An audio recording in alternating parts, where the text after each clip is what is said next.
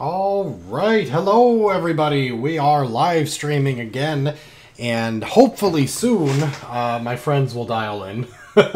We are extremely late, and that's partly because of me and my lifestyle choices involving children, and partly because one of my friends is actually late to the meeting tonight. So I will keep everyone abreast of the situation while I, while I continue to set up here. Hi everybody, welcome to another Pathfinder. We're going to play some more pen, paper, live action, not live action, that would be LARP. We're not doing that.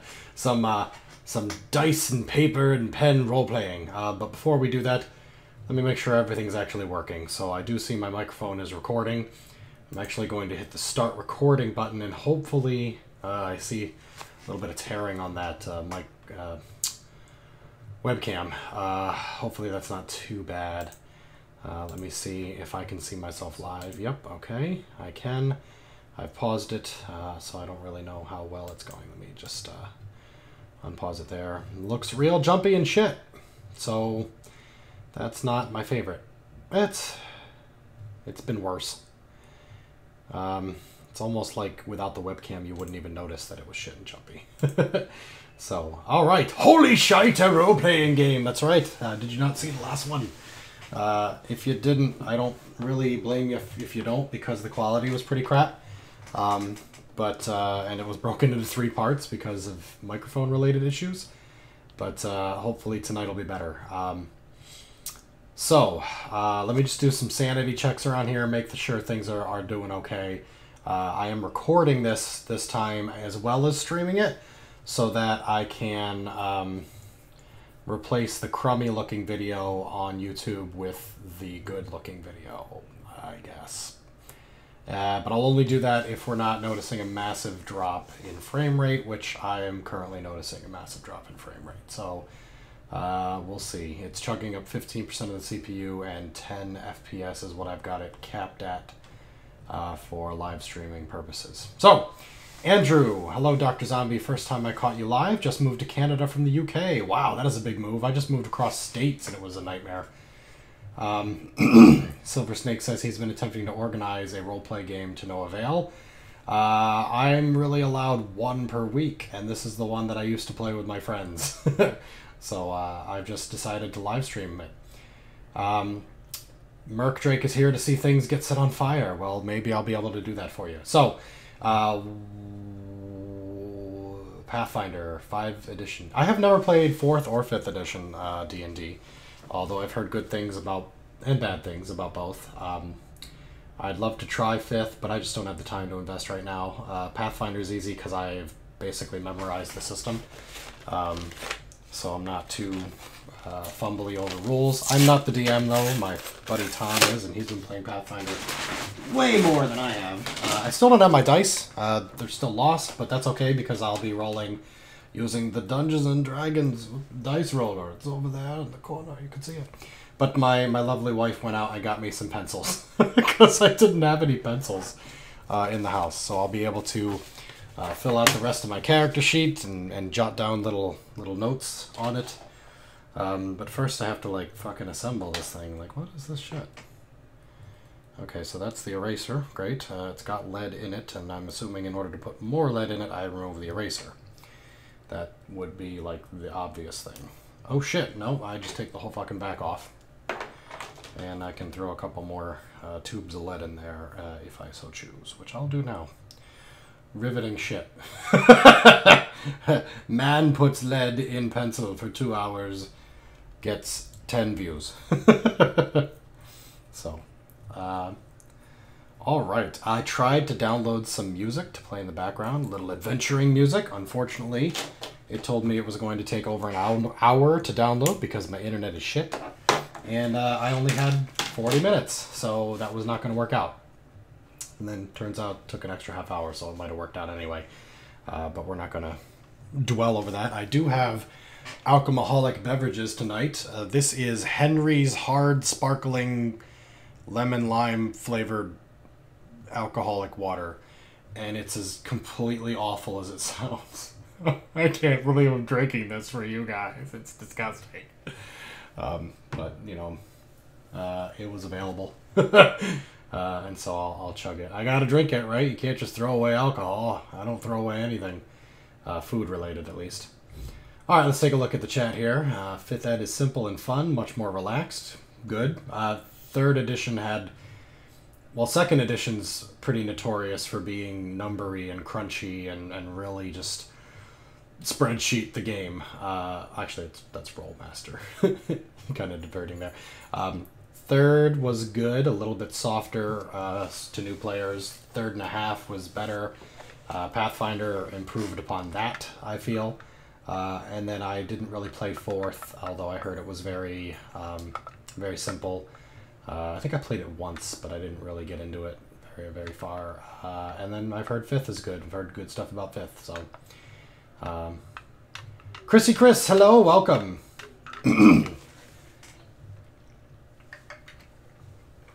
28 on a charisma check. Holy crap, that is quite a roll. No matter what version you're using. Fancy shit water. Yeah, it's pretty much. It's I don't even think I'd call it fancy. It's shit water with alcohol smashed in there. It's like a Zima, only bad. I don't actually know what Zima tastes like, but I heard someone say this was pretty close to Zima. You had a plus 10. Wow. Well, I mean, you stack your ability scores. You buy magic items. You know, you can bring your charisma modifier up pretty high. And if it's something like just a flat charisma check is pretty intense. But, alright guys, cheers. Boy, it is getting late. I'm kind of concerned about the fact that my friends haven't dialed in. Let me see how that's going.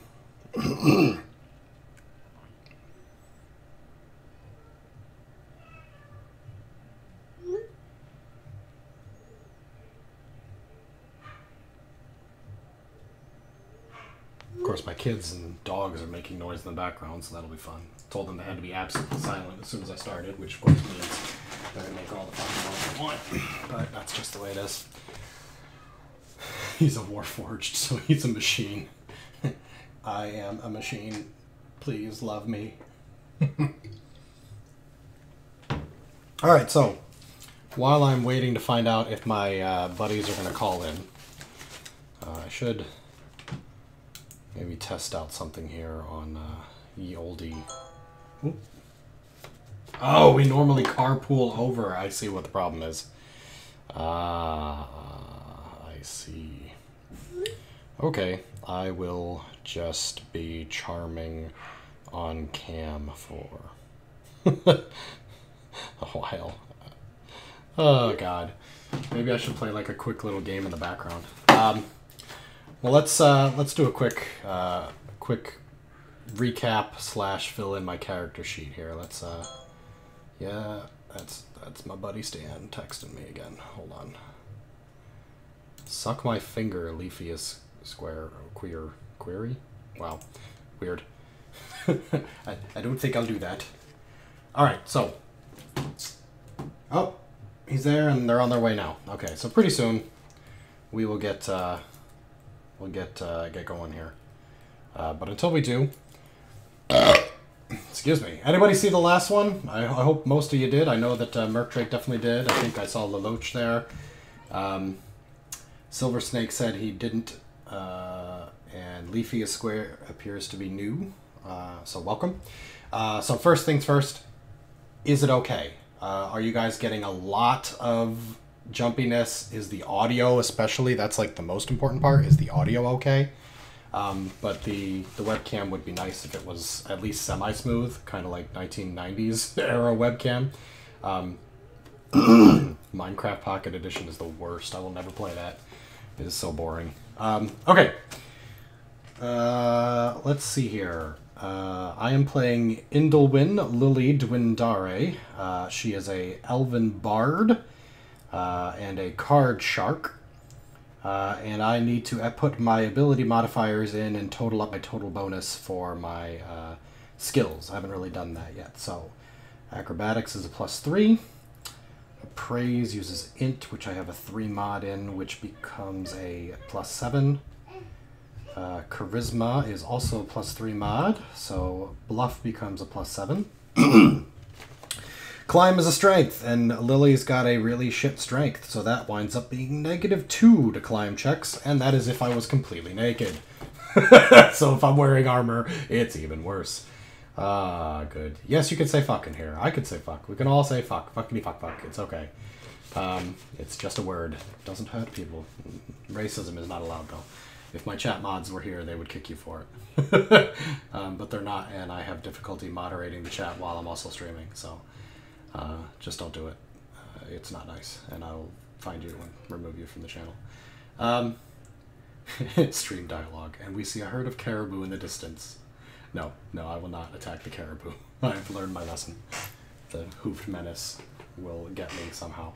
Audio is good, cam is acceptable. Great, thanks, Andrew. Merkdrake, you're the one who had the most problems before, and it's working good for you, which is great because I'm also, like I said, recording the video as well. So maybe I'll just stop. If it's running nice and smooth, I can just stop recording and we can just use the live video, and it may actually be a little better. Why don't I go ahead and stop it right now, and it's stopping the recording. Hopefully that'll actually improve it just a smidge more. A few occasional jumps, nothing too bad. That's good. Oh god, jeez, Merkdrake. Whoa, the language. Alright, craft. I did not take any crafts. If I did, I would have a int modifier to it, which would be a +3. So I'll just write a generic +3 there. Lily does not have crafting, at least not at this level. Diplomacy! Charisma mod, that is a +7 for diplomacy. Disable device is not a class skill, and I believe I cannot use it untrained, so I'm not even going to fill it in. Disguise, probably the same thing. I did not put any points into it, but I will put the charisma bonus in there. Same for escape artist is a 3. Fly is unusable. Handle animal, I'll put down the 3. Heal is wisdom, which is a +2. I already broke my first piece of lead. Game's going. Jeez. Intimidate. Charisma, a +3. And then we've got the Bardic Knowledge. Now, Bardic Knowledge is that I can use any knowledge skill untrained. Normally you have to be trained to use it. And I get +1 to all of them. And since they're all int related, and my int is a +3, I get a +3 for all the ability scores for the knowledge categories, and +1 for all of them for being a sexy bard. Doop doop doop doop doop, and they all become a 4. Oh, there's a text. Yep, my buddy Tom, the DM, says that they're waiting on Stan and Ron. He does not know that I already know this. And I will give him a quick okay. Or, yep, he told me I'm being charming on cam and filling in my skill points. I don't know how charming staring at your phone is on cam because people get annoyed with it in real life. So being entertaining and staring at your phone is not exactly the optimal. Oh, I dropped out for 20 seconds? Uh-oh. Not good. Don't know why that happened. Hopefully it won't happen again.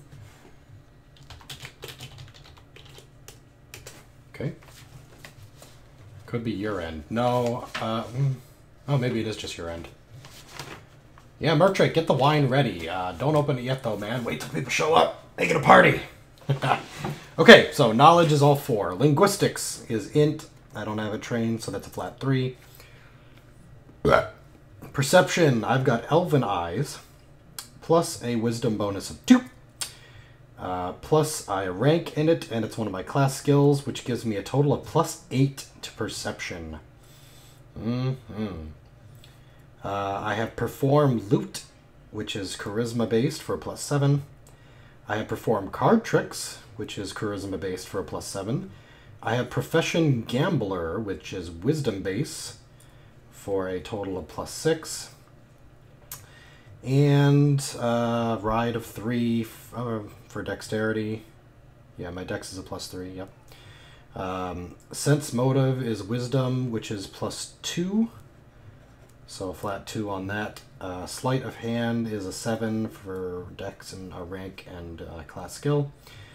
Spellcraft, same thing. I put a rank in it, and it's a class skill with an int modifier of +3, gives me a 7.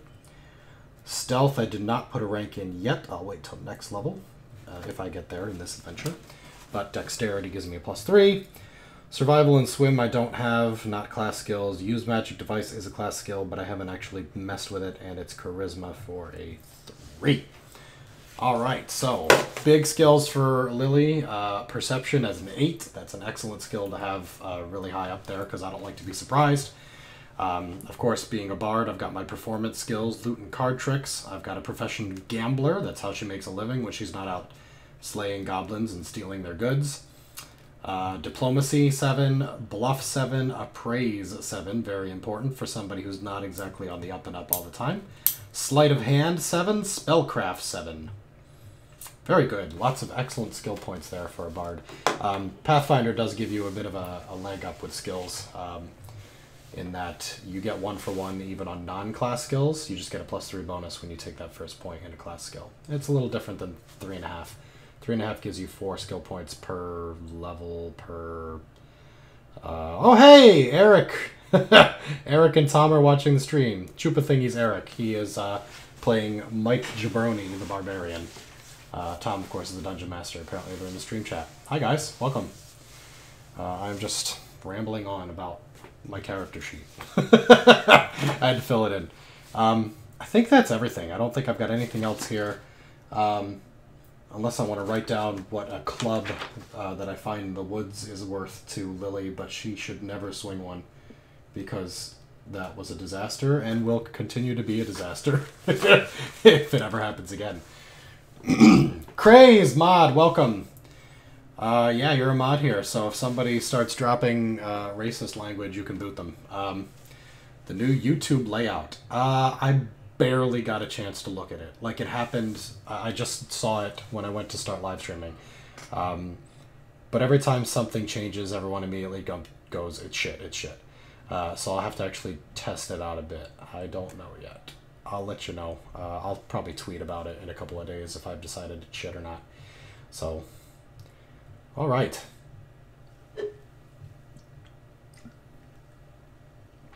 You know what is shit, though? This drink. Ugh. It's garbage. It's seltzer water with alcohol in it.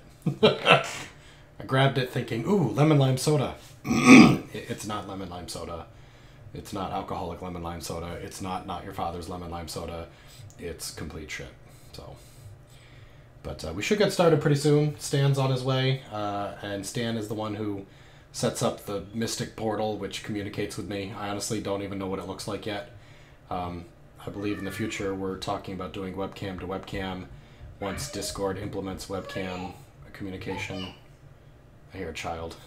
It's never a good sign when a child is outside yelling things. He may burst in here and demand that I provide him my full attention, which is just awful. Basically sitting around waiting for Stan and Ron. That's gotta be fun. Oh, man. This commute, man, to and from my job is just a real pain. Fortunately, I've been learning to wake up even earlier than I used to. I now get out of bed at like 5:30 in the morning so that I can get to work early enough that I can come home by 5:30 and walk in the door. So basically 12 hours. Between waking up and coming home from work. I can drink even if it's not a Friday. I just can't drink heavily. Probably never again after I got the flu after drinking that like 8 beers that one night, which was a hilarious night. We are playing Pathfinder, the role-playing game, pen and paper. A continuation of last week's adventure where we started investigating a blight in a mysterious forest far, far from home.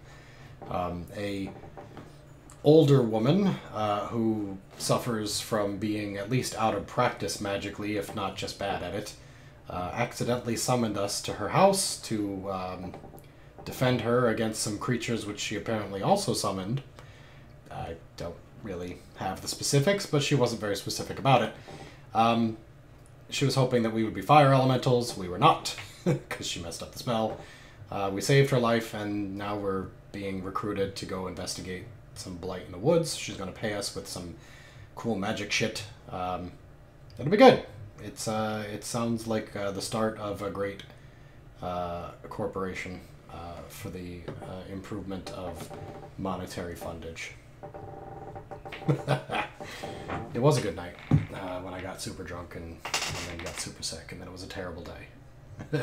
And then my water heater broke, spilling water all over my basement. And Stan and Ron, who are in the game tonight, they kindly came over and helped me install a new one. And by help me install a new one, I mean they did all the work, because I was literally hungover and had the flu and had to take care of my kids. It was really suck. But hey, I don't blame the beer. I blame the 3 children who lick windows on buses and put their mouths on counters and shit like that. Ugh. It was Quiplash is a good time. Oh man, if I'd have known that we were going to be 45 minutes past time, I would have played a quick game of Quiplash before the live stream tonight. But Stan and Ron should be available soon, so that's not really a prudent move. I would have to jump out in the middle, and that would just be like a real cock tease. I actually can't think of anything that would be easy to play super quick and entertaining. You could play like 1 or 2 rounds of fucking, what's it called? Cards Against Humanity online, I guess. But it's alright. I'd rather just chat with you guys, see what's up. Yeah. More Quiplash, when? Good question. We could bring up some Quiplash next time I have a non-Wednesday night live stream, maybe next Monday. Because my wife and I are still kind of moving in, still kind of cleaning up. I spent this Monday putting pictures on the walls and mowing the grass and doing some other important housework, so I didn't really get a chance to do any recording or live streaming. But yeah, I could do some more Quiplash sometime soon. I'm sure you guys would appreciate that. Stan's here. Ron will come when he can. Oof. So I guess Stan decided to stop waiting for Ron. What are you guys watching on the phone or something? What I'm waiting for is I'm waiting for the rest of the crew to dial in. And they are a little bit behind in gathering around the table and setting up the mystic portal that allows me to communicate with them. But since Stan is there now, he's probably setting it up as we speak. So it won't be too much longer, and then we'll probably chat for a little bit and then get started. A little on the late side. It'll be a short 2-hour episode tonight. But you know, these things happen. That's okay with me. Ah, your work laptop. I hear children running past. Just running down the hall. By the way, guys, if you have any submissions to make the live stream better, artwork or advice or programs that I can run that will be useful for this enterprise, please let me know. Ron forgot we were playing. Oh, man. I sent an email out, but Ron probably doesn't check his email very often. Last I heard from Wonder Woman, she is okay. She did have to be evacuated on Tuesday morning or Tuesday evening. So she was evacuated from her home. I have not heard since, but I know she's okay. Last I heard from her, she was fine. She did comment or like something I posted to her on Twitter. Oh, what I should do while I have some time here is I should send the link out to people in Discord chats who may not know that we are live streaming. So why don't I go ahead and pop that out real quick here.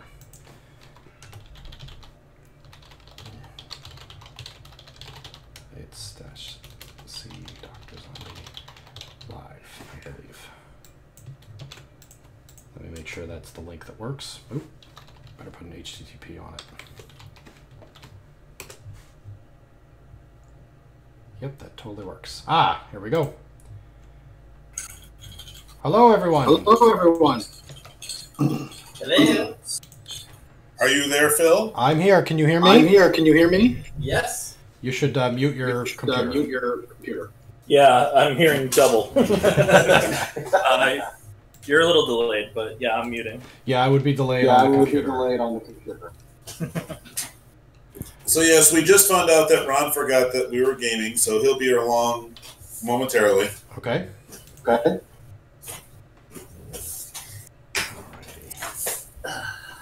We can either wait for him or venture forth. I think we should probably get started. I'm still hearing myself in the background. Is that a way that we can stop that?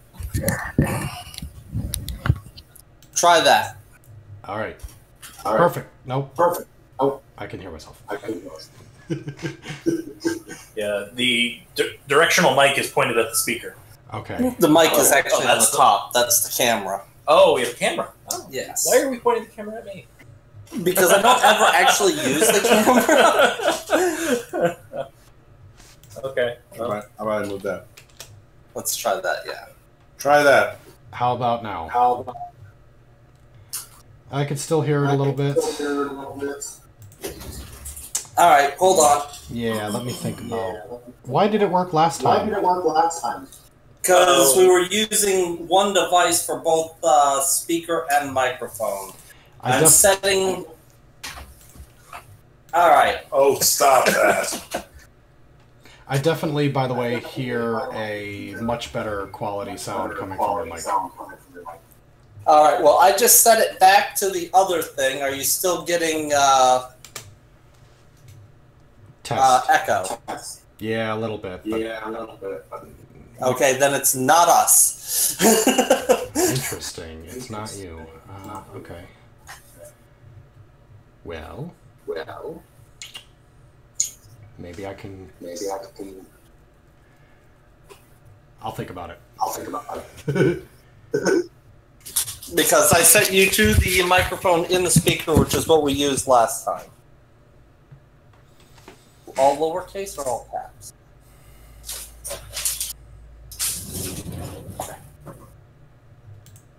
Alright. So we'll give a couple minutes for Stan and Eric to get their stuff ready. Oh, I'm ready. Eric's ready. Stan's signing on. Home network. Good. I'm just getting logged into my work because I have to deal with some work stuff while we're playing. Pesky work stuff.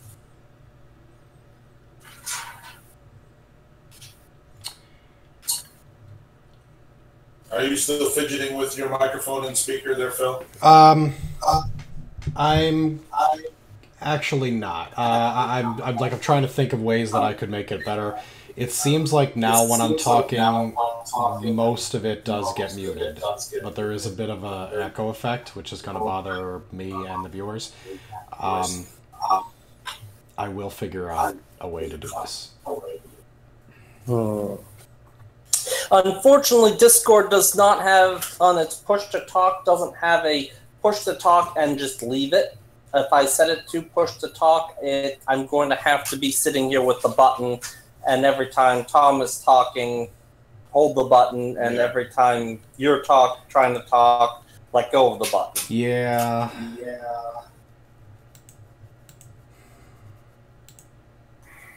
So you're not using that anymore? No, I've got it set all through that right now. Gotcha. Today. Yeah, the chat does believe that it's still coming through your microphone somehow. It's possible. And ours is set for voice activity, so... You don't have to, reboot the thing, right? No, I shouldn't have to. That would be annoying.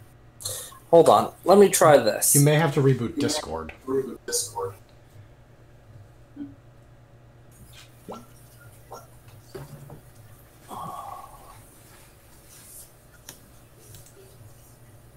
Alright, are you still able to hear us? I can still hear you. Alright. I can still hear me. Yes. Okay, and are you getting any more echo? Are you still getting echo? It's, yeah, I can. Because if I can hear me while talking to you, that's the echo. Okay, well, I tried turning down the microphone sensitivity to see if it would help, but... Yeah, just give Discord a quick reboot and see if Okay. All right, I'll be here. I'll be waiting. Be right back, Phil. Yep, if anybody in the chat has an idea of what mounts we might be able to do to get that to stop, let me know, but I'm pretty concerned that if it's coming out of their speakers and the microphone's picking it up, there's not a lot we can do to stop that, short of lowering my volume on the microphone, which might make it impossible for them to hear me. Welcome back. All right. Hey, whatever you did, fixed it. Yeah. Okay. We're and it lowered your microphone quality. Okay, so clearly Discord was still using your other mic. Yeah. Yep. Sounds like it. Alrighty. You ready to go there, Lily? I'm prepared, yes. Someone in the chat said you could try the other mic, but turn the sensitivity down because we can hear you guys fine. But you know what? We can hear you guys fine with what's going on now. The quality is just lower, but it's fine. It's not a big difference. And as long as... Uh-oh, here come children. But you guys can get started while I deal with them. All right. Go get him, Phil.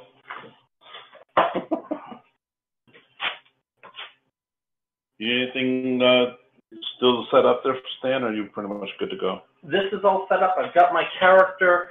I'm gonna... Come on in, Ron. Yay. We have a Ron. I am gonna be a little quick because I've got an install in 3 minutes and I've got an outage people telling me to try again. Fair enough. Hello, Ron. Hello. Hi, Ron. Hi, Phil. I am here through the Mystic Portal. I blind. That's okay, Ron. It happens. Went out, moved my car from one side of the street to the other. Didn't think about it. What do you want for dinner? No, that's okay. They were just fussing a little bit with microphones to try to get Phil to stop echoing on himself. Yeah, that sucks because that other microphone sounds so crystal clear and I love it. I mean, this'll work, but we'll have to see if we can tweak maybe your gain down or something on your mic or whatever.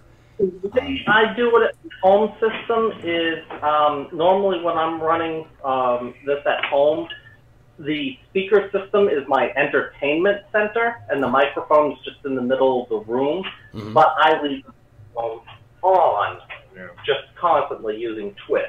Right. And I have not had anyone on the other side complaining about feedback. So I don't know. Yeah. This is clear too. Really well, good. It's feedback. A good microphone. It's one of the Microsoft Live Cam whatever, teleconferencing microphones. But all right. So around with it again when we go more. You went to German. No, I didn't go for German. I went to the Asian food market. So the cookies are Taiwanese both times. All right. I'm ready to jump into it when you guys are. All right. Will do. Let's get rolling. All right. When we last left our heroes, all three of you were living your lives normally when an old crone in the middle of a forest basically summoned you as part of a badly cast magic spell and set you upon the path to clear up some blight that was affecting her forest.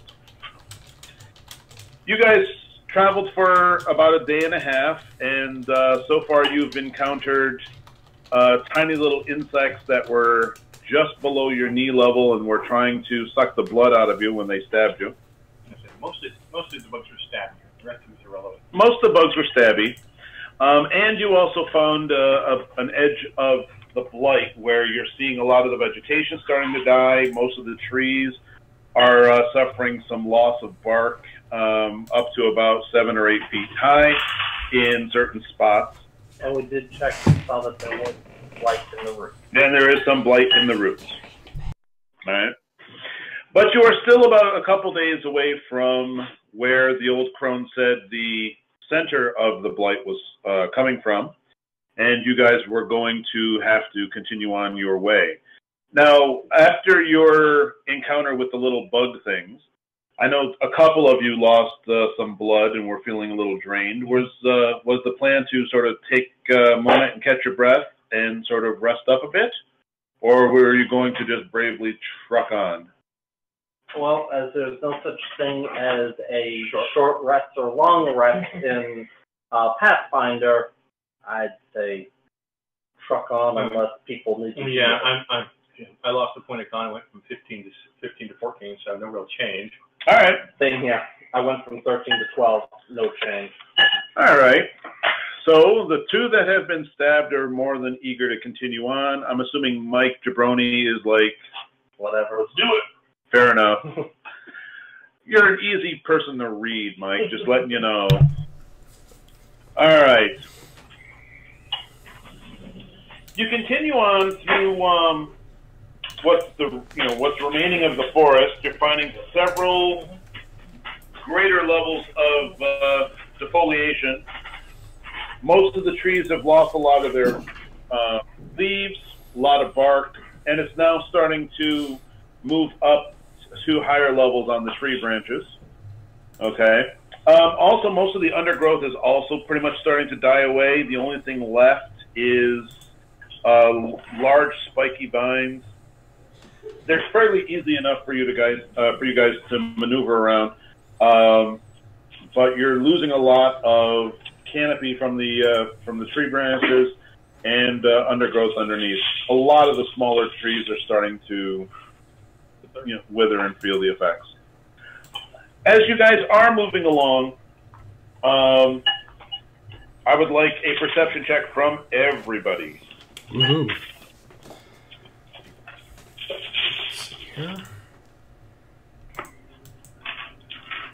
15. 15 is good. 28 with a natural 20. You're awesome. Wow.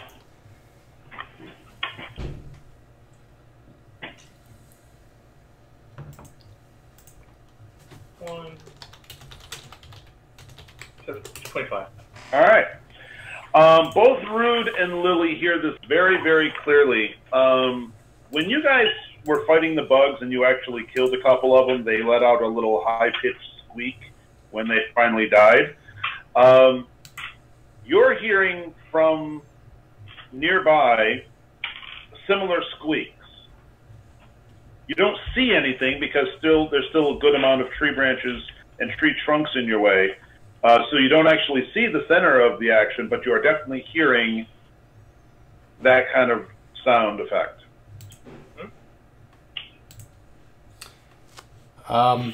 My bow is out, my arrow is ready, and I'm whispering to the others, do you hear that? Do you hear the roaches? They're squeaking. Are they coming from around us, or like underneath us, or from the trees, or... They seem to be coming from a single direction. They're not all around. And again, between all the various tree trunks and such, you don't actually see anything, but you hear a loud squeak. You would guess with your natural 20, modified 28, you're guessing that they're probably within 70 to 100 feet away. Okay. I relay that information to everybody. Second side of the combat. No, you do not hear a second side of the combat. You just hear some bugs making that sound. Weird. So you guys can either completely avoid the whole scenario or go to explore. I think we're stupid. I love stupid people. Who of you wish to go creep up a bit? If you're going to try to creep, I want some stealth checks. If you're just going to boldly run on over there, you don't need to roll anything. Yeah, I guess I'll probably try to creep in. Let me make a stealth check on that. That's going to be flat untrained, which is an 11. So. That would be a 6. Am I aware of what's going on? Yeah, Oh, yeah. I can explain it to you. We'll use smaller words if you'd like. Yeah. Lily basically said, That way. did you hear that? And you see them starting to, pretend to be stealthy. Your new elvish wizard friend seems to find everything to snap his foot on underfoot. It's almost like he's walking on bubble wrap. It's pretty dreadful. The monk, however, just blends in. He's completely fine. And Lily, despite the fact that Lily is not exactly the most graceful and stealthy, the wizard is more distracting than anything else. Are you at least going to make an attempt to be stealthy, or are you just going to be like the hell with it? I'm a little slow on the uptick, but I'll pretend to stealth it up and get a 17. All right. Step where I step. It's good pretending. It is very good pretending. All right. As you guys are creeping up, there's one more high-pitched squeal coming from some bugs. And Rude, you're going to be getting up to the area a little bit quicker than the rest, putting yourself in a spot where you can actually see.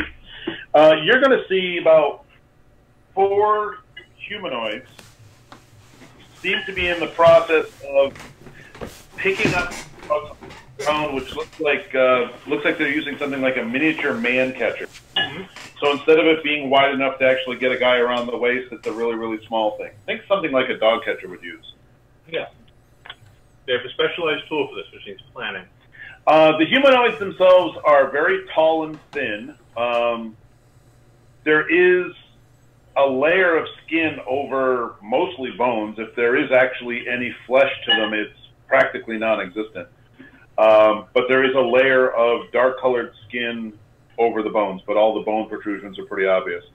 And they are basically grabbing bugs off the ground and shoving them in a sack. And the bugs don't seem to like it.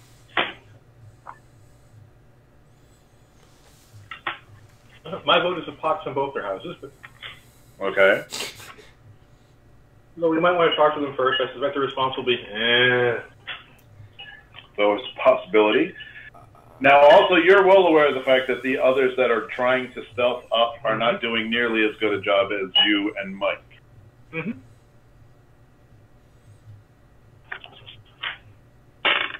If I can, I will just have to sidestep and let them make the noise and move to the side to let the enemy go by me. Fair enough. All right.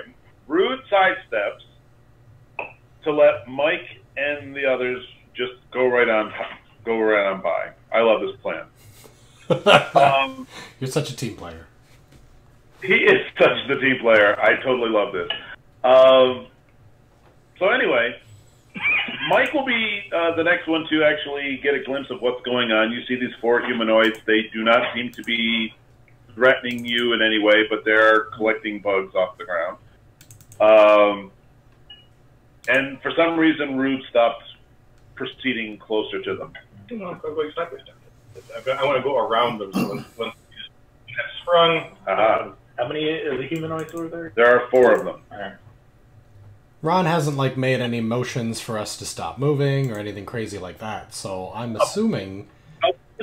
Step, and he is now moving to a flanking position, or at least that's what it looks like he's doing. That seems fine to me. I'm going to continue to try to sneak, even though I realize I'm doing it badly.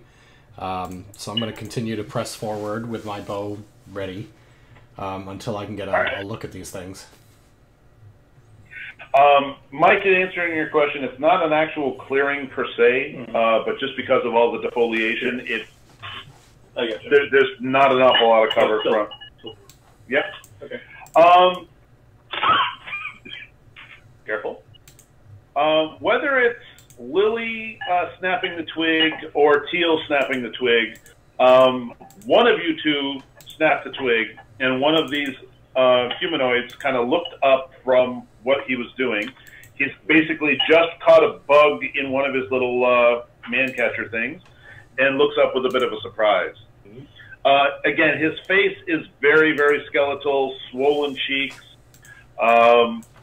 no eyes that you could see.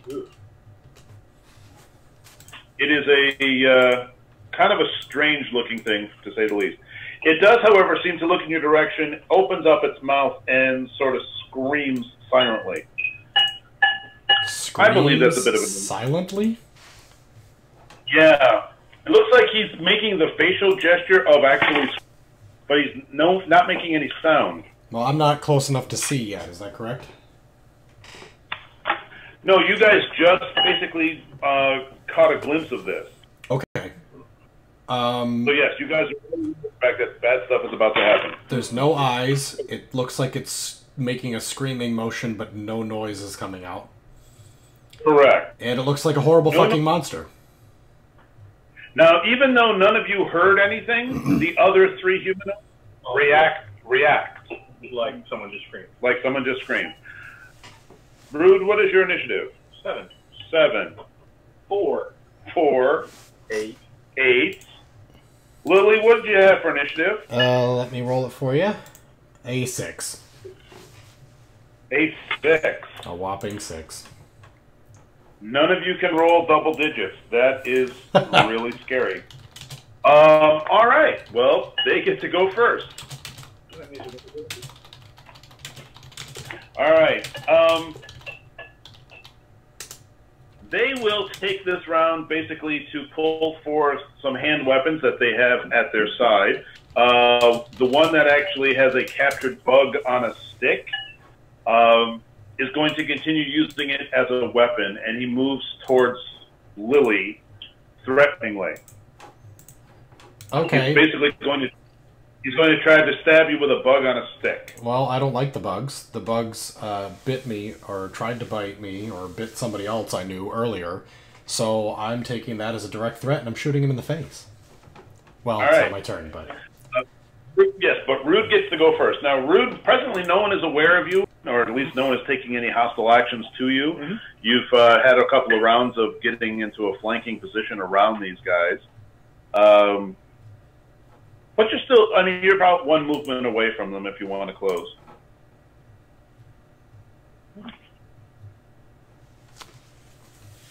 I don't know. Stop. Dig out my one blast of acid.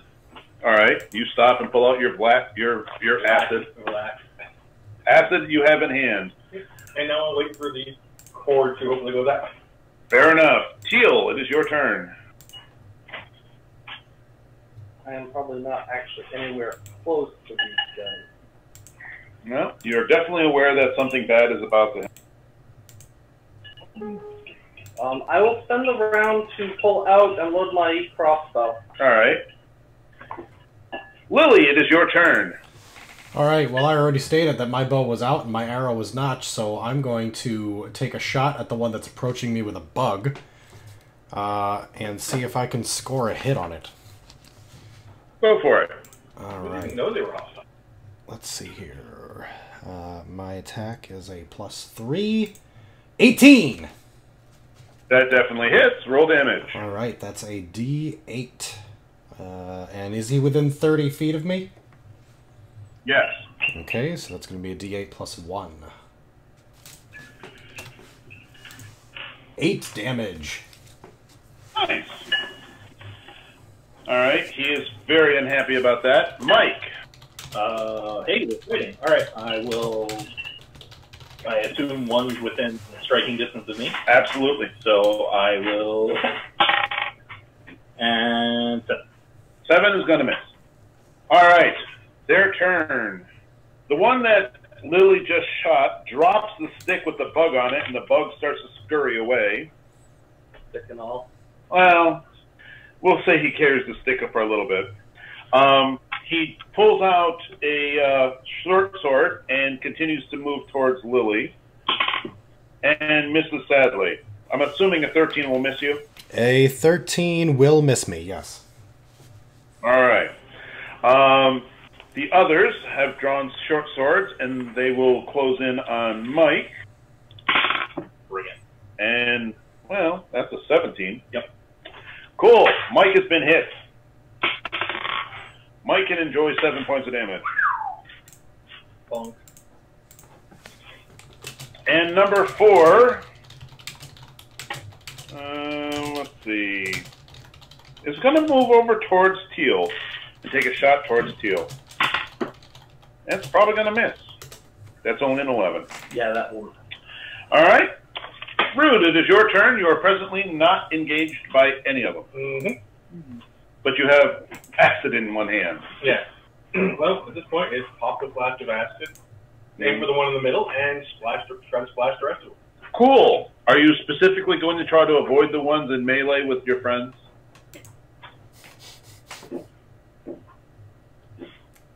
Exactly how does this work? Well, if your roll does miss a little bit, you have some splash damage. You might accidentally hit one or the other. Yeah. The 17. All right. You managed to land it on one. We'll say you are going after one of the ones, bothering Mike. That one takes 4 acid. Everything in a 1 square radius takes a point of acid. That would include him. Yeah. You take a point of acid damage. Ah! You get yours. And now I shall slump out of the darkness And take That's the last time I great axe bug off of your leg. Teal, it is your turn. You have a loaded crossbow in your hands. Alright, I will attempt to shoot the guy who's before me. I'll take a step back just so I don't provoke an attack of opportunity and fire. Probably not. 11. 11 is going to miss. Lily, your turn. Alright, I am in melee range with a guy, and I am going to wade about 5 feet back in the thick area here, probably provoking an attack of opportunity. I may regret that. All you, No, I'm You're going to going to turn do and anything- shoot him. right. But the 5-foot step does not provoke. Okay, Yeah. so I 5-foot step back, I draw an arrow, and I shoot at him. Go for it. He's still within 30 feet, so there's actually a +4. Ooh, a terrible 6. Yeah, that's kind of terrible. Poof. Mike, first off, you no longer have like one of your eyebrows because, well, acid ate it. But that is fine. One of the ones that you were fighting is suffering greatly from acid damage, and the other one just sort of has like as much of a burn as you do. You take a look to your side, and it was Rude that threw it. Acid came out of nowhere. He takes a look in that direction. Yeah, really. Look out, acid! Basically, yes. You look like you're in the Heisman Trophy pose. It's you. Oh. Hate to break it to you. I'm pretty pissed. The one that he threw the acid on, was that the one that stabbed me or a different one? Yes, is the one that stabbed you. Oh, well, I'm totally going to rage and attack that one. All right. Because I'm all sorts of pissed. That's 19 yourself. plus 6, 25. Oh, that definitely hits him. Alright. I suspect he's going to be driven into the earth. Or, at least 7. 8, 9. Two-handed weapons get plus 1.5. 1.5, so 10. Oh yeah, he's lost to dead. All right. Yeah. He is very, very, very, very dead. He is no longer moving. All right. All right, their turn. Well, that'll definitely get some attention on you. We have one on Lily that has an arrow protruding from his side. That's going to be a 12 to hit you, sir. That's going to miss. That is a miss. One is going after Mike. That's going to miss, sadly. And one is still trying to pester the wizard. That's going to hit. That one's going to hit him.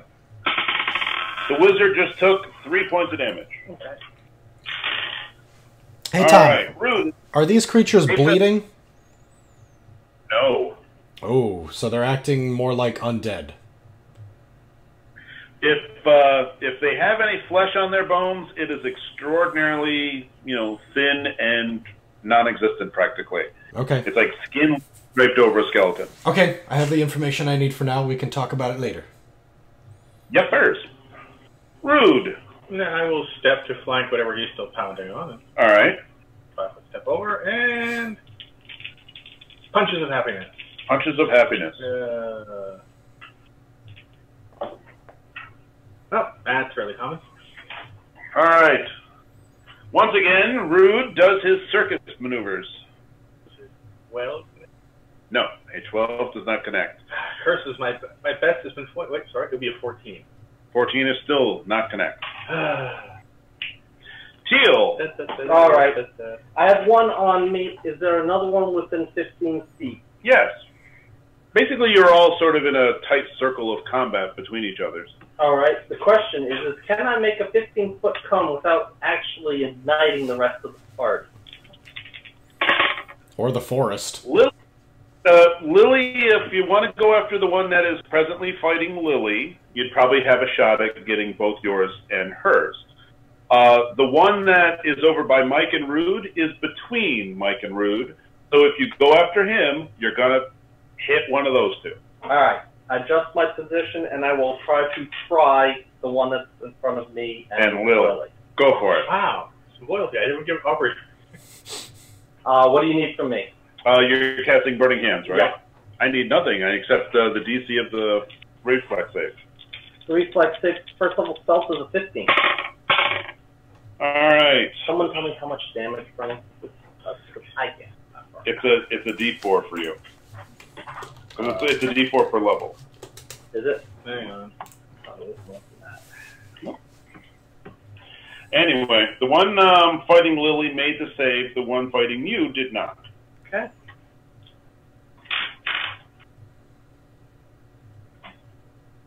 Yep. D4 per cast roll, max 5d4. Okay. Is all right. Impressive. All right. The one fighting Lily hits the ground. Woohoo. The one in front of Teal has just taken a couple of points of damage and is not happy. There are two left. They are both hurt. All right. Mike, it is your turn. There is one in between you and Rude. And he suffered 1 point of acid damage so far. Me too. I know. Amazing. Maybe I try my piece. I know. You can commiserate with the guy. That's going to Both point and laugh at the guy who really got acid. 23 plus flanking. That's definitely a hit.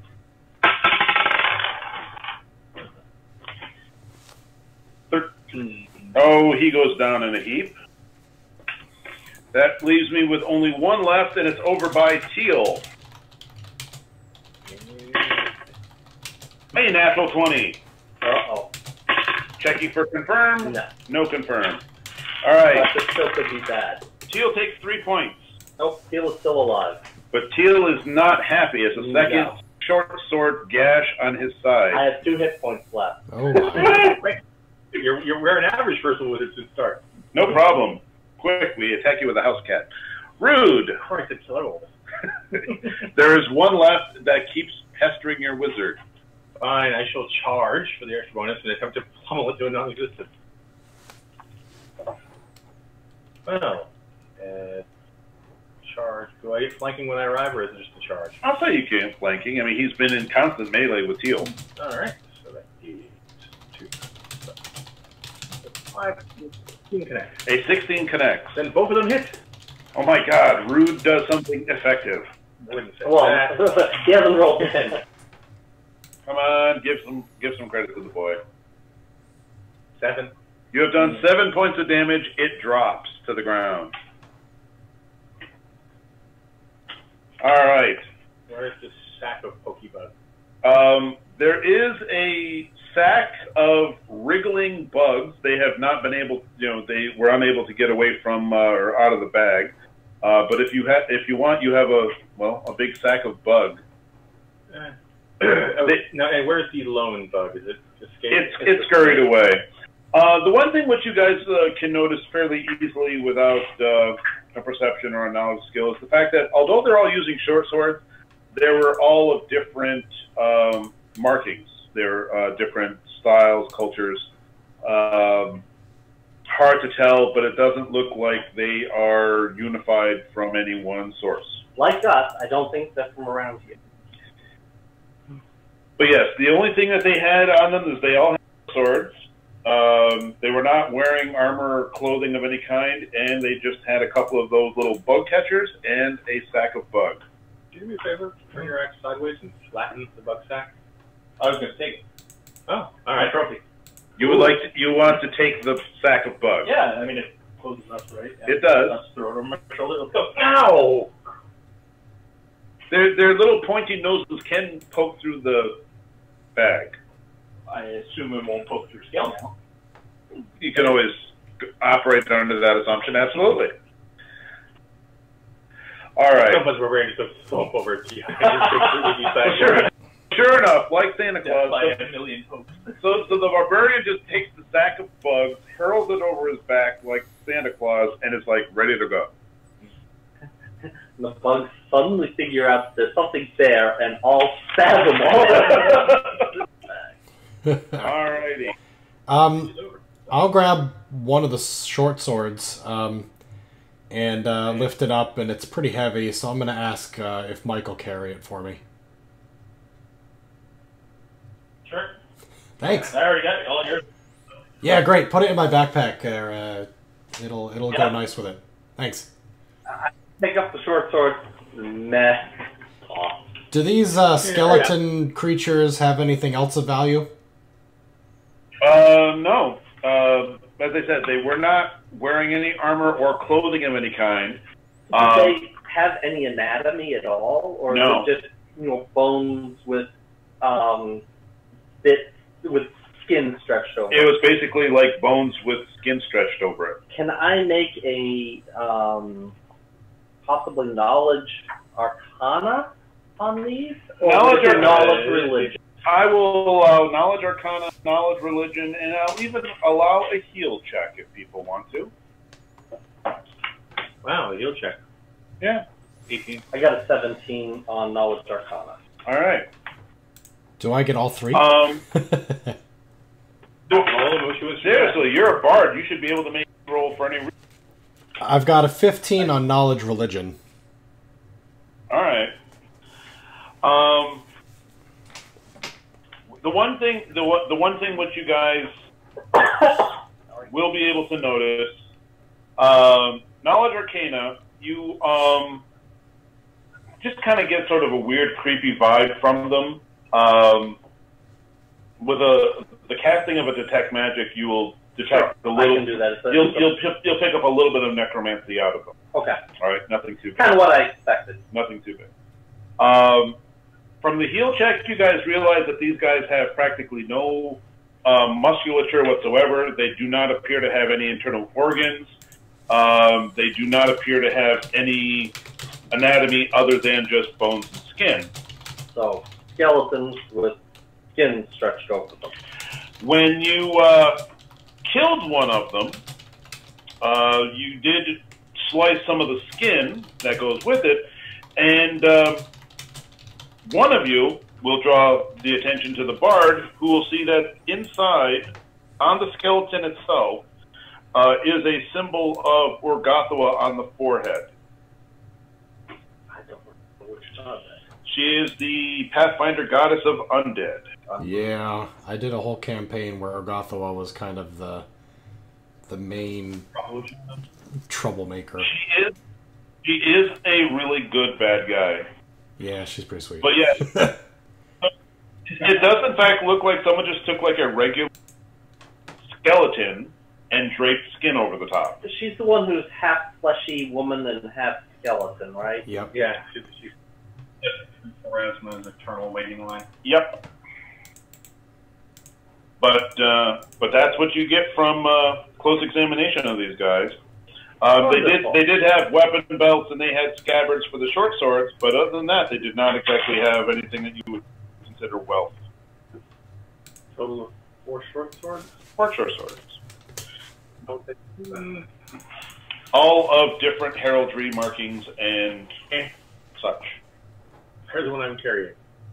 That is true. Lily, you took a short sword, correct? Yes, I did. I gave it to Mike, though, because I can't carry it. It's too heavy. Fair enough. Mike puts it in the bag. Probably not the same bag as carrying bugs. Just to let you know, Mike, you happen to have a bag of 4 bugs. 4. All right. There's 4 bugs in there. 2 for each one I kill. That's right. You have a bag of live bugs. And you're currently winning again. I only got one. Fair enough. He made his own trophy this time. All right. How hard do these bug catchers appear to be used? They do actually seem to be very well used. No, not how. That's a good piece of information. That wasn't what I asked. Oh, how hard are they to use? Not at all hard. I mean, it's like I said. It's basically a tiny little clamp at the end of a long stick and a tiny little latch at your end to basically. Ching, and I have a bug. Yeah, or just hey, you stop attacking me. Effectively. It would, if you wanted to use it on a humanoid, it would be enough for a wrist or an ankle, maybe. A thief catcher, but nothing truly useful. Yeah, I mean that's as big as the clamp gets, but it's enough for a bug. It's bizarre. I don't really an entire new school around it. That is true. Be just like the man catcher monk. Yeah. But you had a grand total of 2 bug catchers if you wanted to also throw that into. I would say the short swords and two short swords and a bug catcher in party. Fair enough. Yeah. Bug catchers ahoy. Secondary stack anywhere? No, they only had the one. Okay. But yes, they seem to have done a fairly decent job of collecting bugs.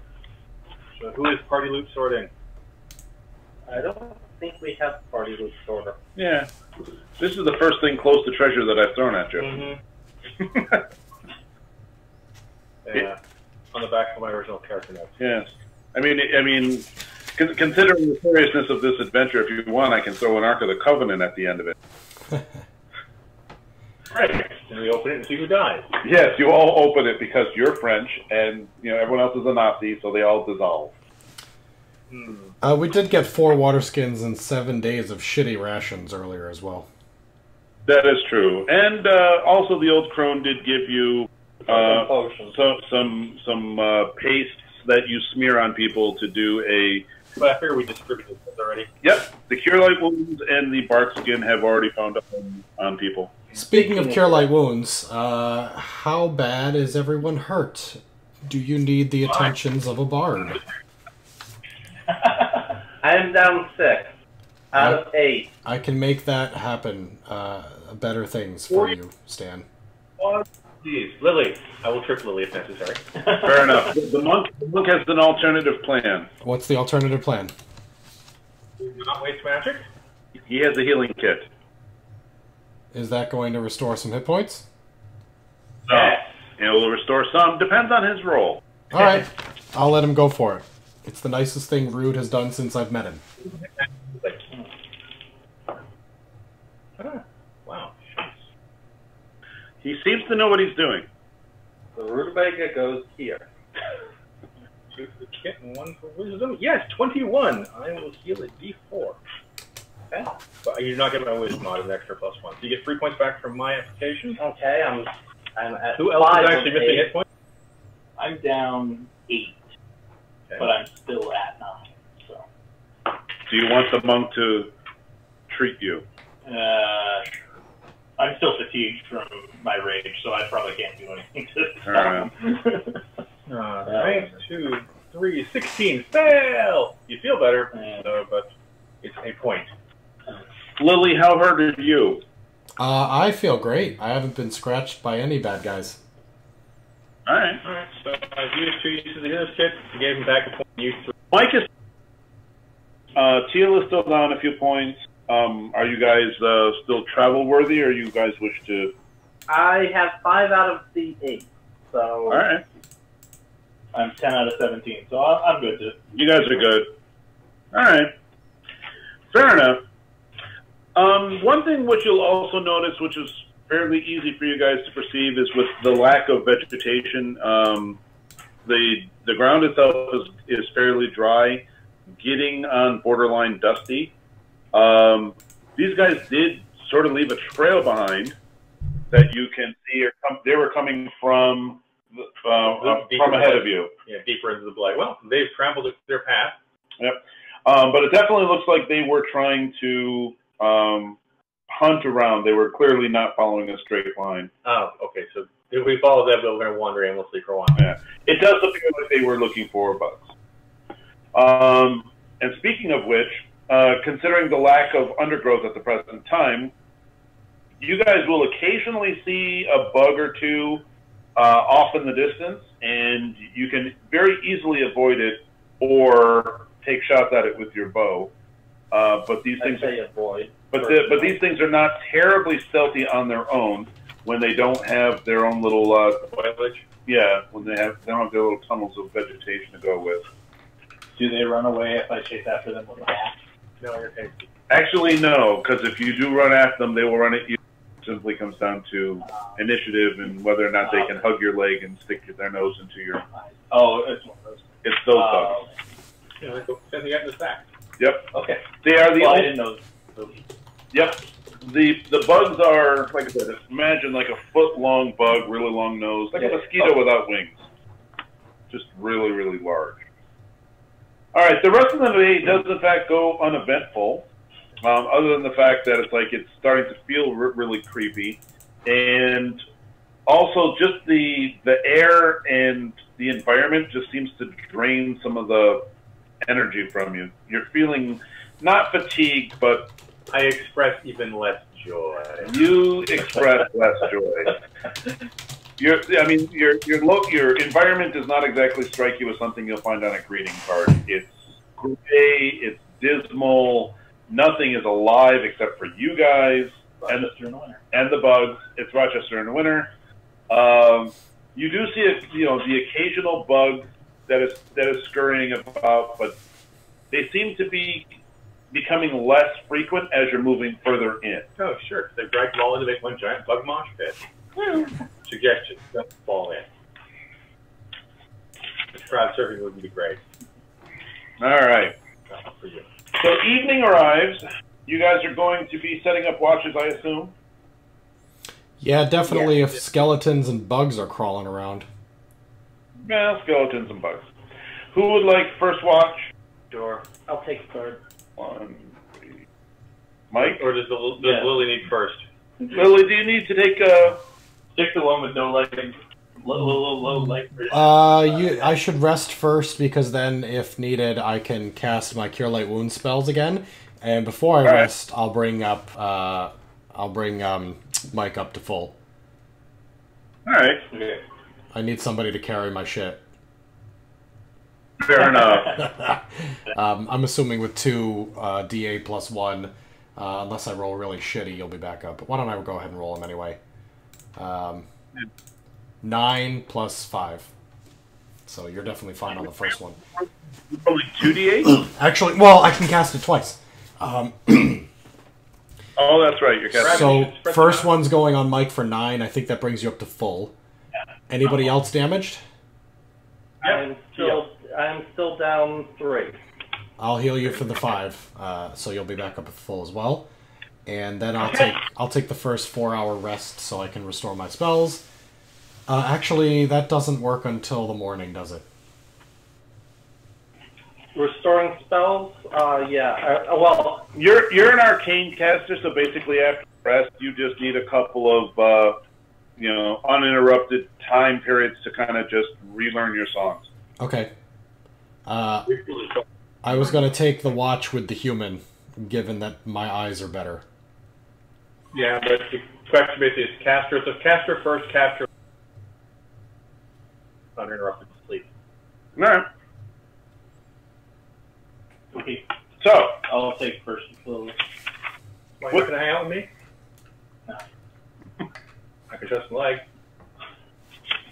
Blood leg, but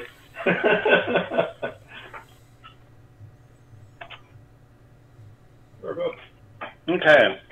The night goes by uneventfully, other than the fact that it's just the whole area just starts to give you the creeps.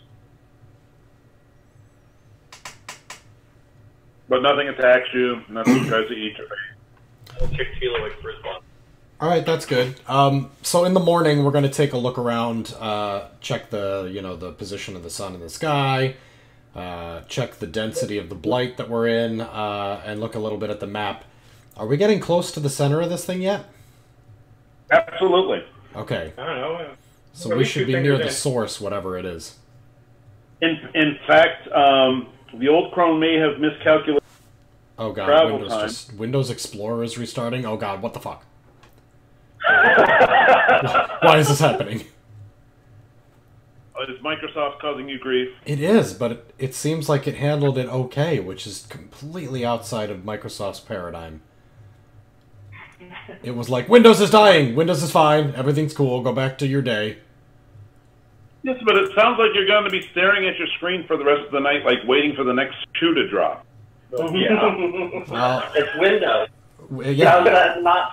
I'm running a Windows Fair machine, enough. that's usually what I am doing. I'm gonna go grab a beer quick. You guys continue, I'll be right back. Grab a beer real quick. It's not even a beer, it's this horrible drink. Oh god. There are no clouds overhead, so the sun does, in fact, come right on into the forest. Down. Pretty much. I mean, you have bright sunshine. It's just no life whatsoever. What's that? Nothing strange than music playing in that head. Ah, fair enough. Okay. But, again, you seem to be, might be thinking that the old crone may have miscalculated your journey time. Well, because there's no brush to slow us down anymore. Right. And now that you are looking at the map that she gave you, and you're looking at the occasional landmarks that you come across, you're pretty certain that you're closer to the center than you originally thought. What are you chuckling about? Phil was making a weird face when he got back with his beer. Phil always makes a weird face. That's kind of my It's what thing. Phil. Not make, it is. It just is Phil. Phil is a weird face, that's what he's trying to say. Gotcha. So apparently the beer face for Phil is really weird. Gotcha. All right. You guys are traveling through the majority of the day. Occasionally you see a bug. Yeah, I'll make sure my straw hat's got my ears well covered. Actually, the problem is with anything else, it's going to keep catching on those branches. Yeah. But the bugs are very easy to avoid. Or if you want to take a couple of pot shots with your bows, you can also, easily take out some bugs. Actually, rather not, because I'm going to be running out of arrows soon if I do that. Fair enough. The ones in the back are, they've sort of, I guess, gotten complacent with their situation. They're dead. Either they're dead. You realize that probably by the time you get back to civilization, you will have a bag of dead bugs. That's fine. Easier to mount on the wall. Easier to mount on the wall. That is true. Just hang the sack up a hook and go troping. The taxidermist will probably charge extra for bugs, just to let you know. Who says anything about taxidermy? I'm just going to nail them to the wall. Fair enough. The hell with taxidermy, just stick them to the wall. I love this plant. Gonna smell and also be a vector for more bugs. Sense is enough to notice Yeah. one way or the other. Mike would be offering decoration tips to anybody. I didn't say I was going to nail them to the wall at my house. Fair enough. Great. Now I'm going to open up arts and crafts. Fair enough. Quick All story about right. your pyramid stuff.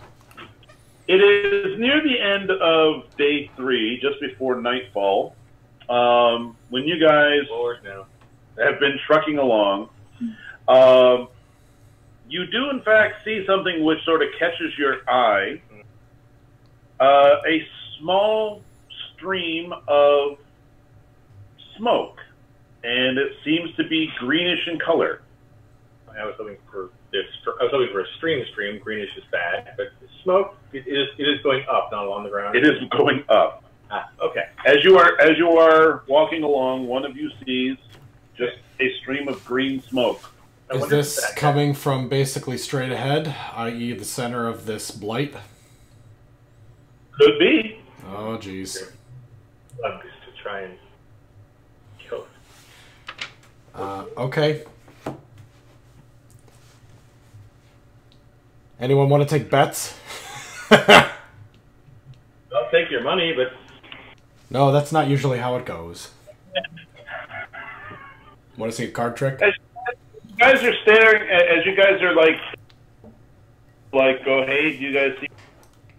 One of you also notices a second stream of smoke. of smoke, same color.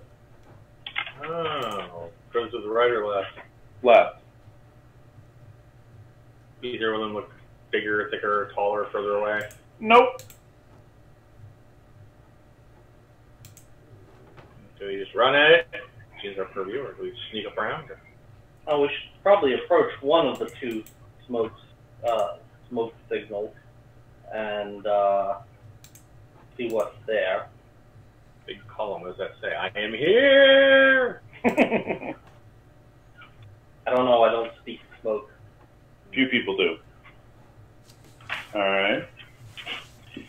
You guys, as you guys are advancing, are you going to be stealthy, or are you just going to just say the hell with it and charge right on ahead? We can try to be stealthy. Always can try. I'm not going to force you to make a roll, because currently there's nothing near you that's going to make a perception. You guys creep on up through some of the tree branches and the trunks and everything, and you see a small indent in the ground, almost kind of like a crater, for lack of a better phrase, but it doesn't look like there's actually been an impact.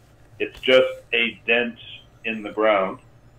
Sitting in the center of this little basin is a stone dome, very shallow. It's not like a really peaked tower or anything. You guys believe that if you wanted to, you could probably scale over the top of it. It's not, the angle of the dome is not that peaked. And the two plumes of green smoke are coming from somehow through the roof of this dome. And as you are watching, a puff of black smoke comes up from a different spot of the dome. Not like a regular stream, more like just a poof. How big is this dome? The dome is pretty big. Making a quick assessment, it's around 200 feet diameter. And with a crater? Like I said, it's not like a crater that you would expect. Like a depression. Like a depression. Imagine if you were really big and you punched the ground. Right. Yeah. But like I said, you're not seeing, it's not an impact crater. You're not seeing any things along the edge of it that indicates that The bowl. it's sitting in a bowl. Right. But the bowl in the ground is obviously larger than... Yep. In fact, at the level that you are at, you basically see across the basin, and you're almost like even with the top of the dome. Okay. Now, is this both of our plumes of greenish smoke come from this dome? Yep. Both the green smoke plumes are coming from the dome. Yep. And as you are observing what's going on down there, you do see what looks like a couple of animals seem to be moving about near one of the sides of the dome. That looks to be an archway entrance kind of a thing. The animals are quadruped. They can't really get good details from where you're at, other than the fact that there's about 5 of them, and they're just sort of slowly milling around one of the entrances of the dome. Is there one of them? If we circle around, will there be more entrances and more dogs, or entrances without dogs? Or well, as you do dog loosely. As you circle around the dome, you will find 3 entrances. All of them have quadrupeds. No, just that one. I vote we go in one of the entrances that does not have dogs. I don't know they're dogs. I'm just using this phrase to quadruped. Other than us, I don't think anything is going near this dome that I would like to be near. We can harass them and draw them up to it. The wimpy elf shuts an arrow, it runs up to us, then so that it crests the ridge, it meets Mike. Well, that is a better plan than walking through the woods and getting attacked by bugs and zombies and shit. At least then I might be able to shoot twice before I get into melee. Well, my rationale is if there are 3 entrances, that's the only one worth going in. Now here's the question, is are they far enough away that, from where we are currently, that, okay, we shoot at one of these things and when they get to us, they're actually the size of horses, not size of dogs. Dedicated camels. Alright, you guys want to take a couple of extra moments to kind of get a good look at what these things are. Again, there's plenty of sunshine for you to operate with. The doors are actually half height, so we think they're huge. Anyone who wants to can make a perception check. It's not a hard roll. Let's do this.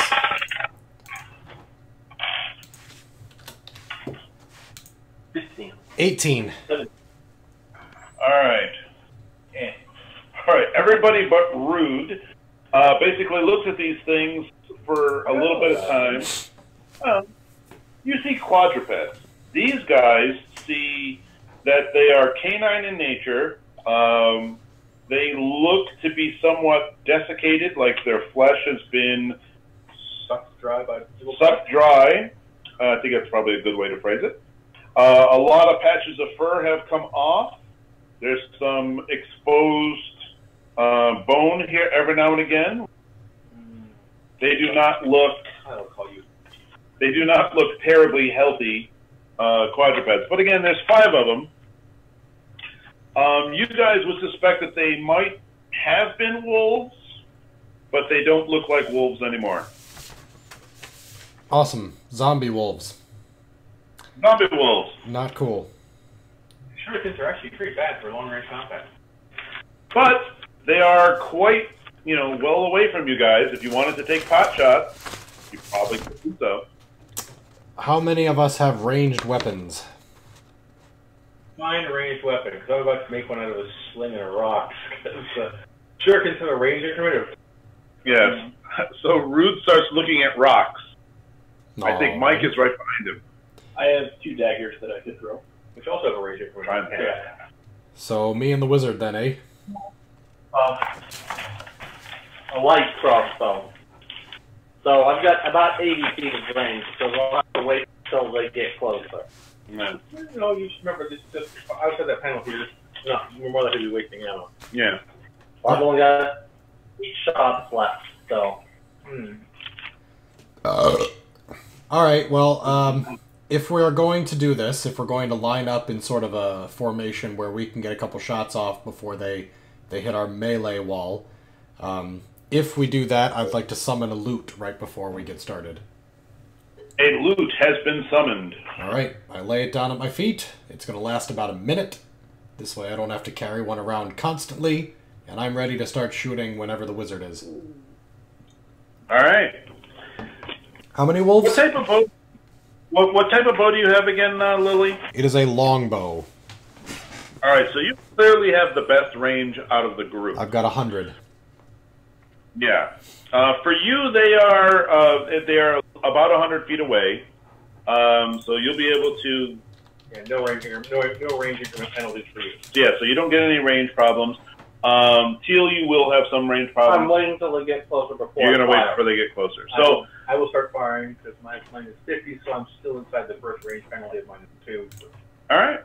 Now the strike, I'm actually going for stunning hits. Okay. Not stun. The zero movement. The basically break up how fast they can at us. Gotcha. You're going to try to slow their movement.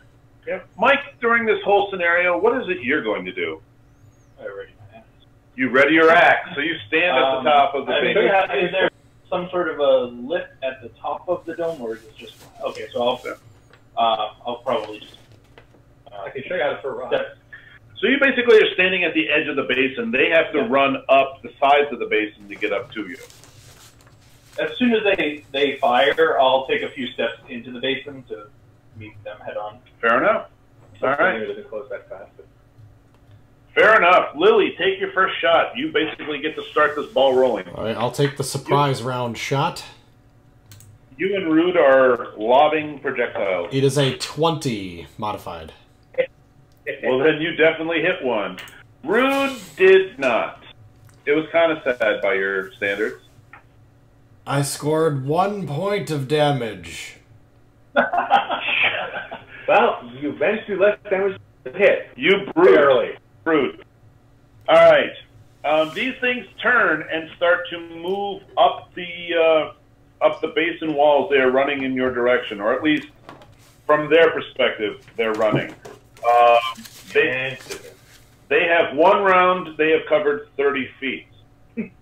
They are still 70 feet away from you guys. Anyone wants to still shoot? So they're now in range. I'm taking another shot. 6 is a bad roll. That's bad. This is about 13 connects. 13 connects. 17. 17 definitely connects. So, you?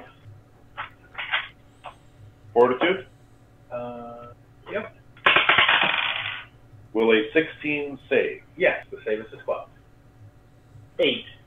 8 points of damage. I do 6 points of damage. All right. Teal manages to drop one. Did you shoot the same one that Lily hit? I'm unsure. Fair enough, so we'll say no. But Teal manages to get one squarely between the eyes, and it stops moving. It is very unhappy. They move some more. They are now 40 feet away from you guys. Yeah, lose my race penalty. I'm taking a third shot. 14. 16 again. Connect. 14 hits, 16 connects. 13. 13 hits. I failed. 8 damage. Man, I am spreading out at this point. All right. 6. 6 damage. All right. I think I'm going to charge. All right. Why? Mike has had enough of this waiting crap. He Well, starts. I killed one and catch up. Fair enough. Mike looks like he's going to run down the basin walls towards these things. Brilliant. Just brilliant. Just to let you know, Mike, that as these things got a little bit closer, you see that one of them is a little bit stronger than the rest. He presently has an arrow stuck in him, and he's still looking at you like you're a dinner. And one of them is now going slowly. 2 of them have dropped and are no longer moving at all. 2 of them. Oh man, all 3 of these now. I think I've only killed one. You killed one, Lily killed one. Because, right, Lily, you just did 8 points to one, right? Yeah. Yeah, so both Lily and Teal both dropped one. I've done 6 to 2 of them. Yep, you've done 6 to 2 of them, and one of them is moving a little slower. However, the one that Lily hit the very first time and did 1 point, that arrow is not exactly, looks like it did a whole lot of damage to the thing. It now moves continuously. They are now within 10 feet of you guys. How far do you wish to charge down? Well, I was going to do my full double move. So when they were 40 feet away? Yeah, I was going to do it on that. I love this plan. Mike hears theme music and runs. Of the Gladiator. I was just trying to figure out what that's going. Oh, natural 20. It's an epic piece of music. It is. All right, so you have 2 that have 6 points apiece on them, and one that still has that arrow. I'm assuming you want the big one. Yeah, we're going for the big one. Fair enough. All right. So that Roll was to confirm. 15 on the roll, plus 2, plus 16 hit earlier. You connected. Oh, yeah. Crit confirmed. All right, 3 multiplier. Good.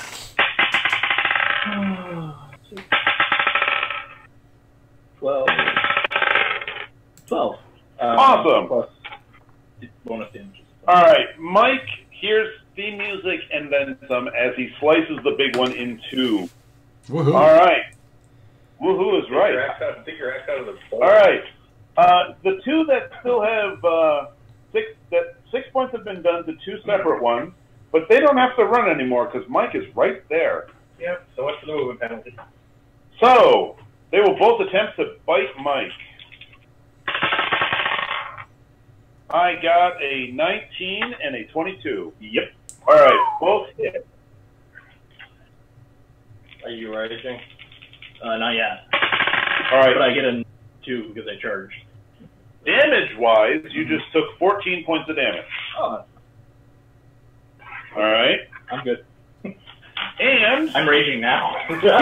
14. Holy shit. I think that would kill any of the rest of us.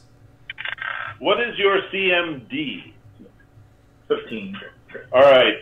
It looks like they were attempting to trip you, but they failed to do so. However, they now have their jaws locked on parts of your anatomy. Okay. Great. If you move to your shoulders, they make wonderful shoulder pads. Seriously. All right. So you have 2 wounded wolf zombies that are basically latched onto Mike. Fantastic. We will go to Lily. I didn't do initiative earlier, so we'll just say, Lily, what would you like to do? You're 40 feet away. I'm going to drop the bow and grab the lute in one swift motion, spin it around in the air, and then start strumming on the lute and singing songs about how undead dogs are the worst dogs and we're going to make them dead again. Sounds like a punk song. I'll throw a little bit of punk rock into it. This is going to be a Inspire Courage, giving you all +1 saves versus fear, or charm, and +1 attack and damage. Alright, I will also go to Ray.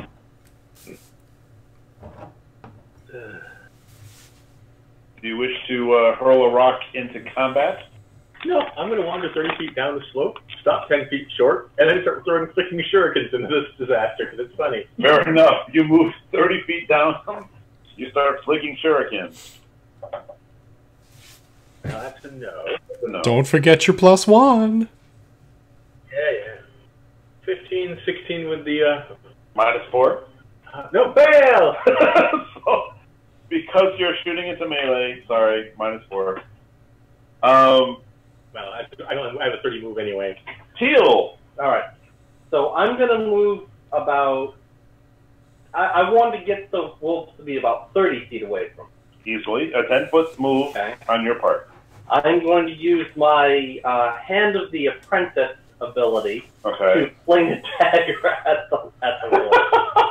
Which is basically an even die roll because of the bonus that the Hand of the Apprentice uses. But the nice thing is the dagger returns to my hand. That it does. Now, didn't you use the Hand of Apprentice in a really gross way at one point? I used it on a glaive once. No, I remember the great sword. That was also funny. I think that was Phil's game, actually. Phil, were you running the game where I played the wizard who had the glaive that would come back to his hand? Yeah, I remember that one. Yeah. Was that the really long campaign, and then later you rolled up Omgar? Yes. This was before Omgar. Yeah, I can't remember what happened to that guy. I'm sure he died a grisly death. Of course, that's what you do, Phil. That's the only way you quit my games.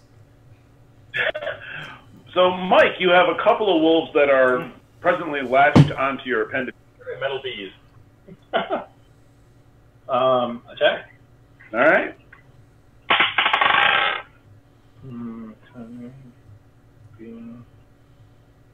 16 to hit. 16 will hit one. And 10 damage. 10 damage. It drops to the ground. Its turn. That is a 16 hit you. Yeah. Cool. That's going to be 6 points of damage. I'm at -1. Oh, crap. The barbarian is down. Does that include your raging powers? That includes the raging powers, yeah. So now I'm -3. Yeah. All right. Mike the barbarian goes down, face down into the dust. Well, I'm the closest target. Still winning. Still winning. All right. No, you only win if I kill one. In that case, it's now divided evenly 1-1-1. You get 2. Well, it is now your turn. This thing seems to be somewhat determined to eat Mike's face. Fine, it's 10 feet. I will form standard Kazin, scream, leap, and just beat on it. Fair enough. Rude jumps into the melee. That doesn't look bad. No, that's still a fail, but the 19 definitely connects. The 19 definitely connects. Crit. A total of 5. It is enough. The thing stops moving. Yay, I stopped singing. You stop singing. Mike is still face down in the dust. I'm going to rush to his side and kneel down next to him and look up at the monk. Looking over. Can you stop him bleeding to death, or should I use the magic this time? I believe the monk is using the healer. Alright, I'll give him some assistance. I'll take that assistance, honestly. That roll is 3. Oh, well that's not going to help you much, because even if I do succeed on my heal roll, which I'm untrained, it's only going to give you a +2, so fuck it. But that's enough to stop him from bleeding. Yes. Oh, is it? Mike stops bleeding. Okay. That is... He is still negative, however. Yeah, it might be magic time anyway. Alright, I can actually at this point give him back a d4. Actually, return hit points. That does not get to a 25. Okay. 1. Total adds 3, 5. Yep, no. 3 shy of getting the bonus. So he gets 3 hit points back. 0.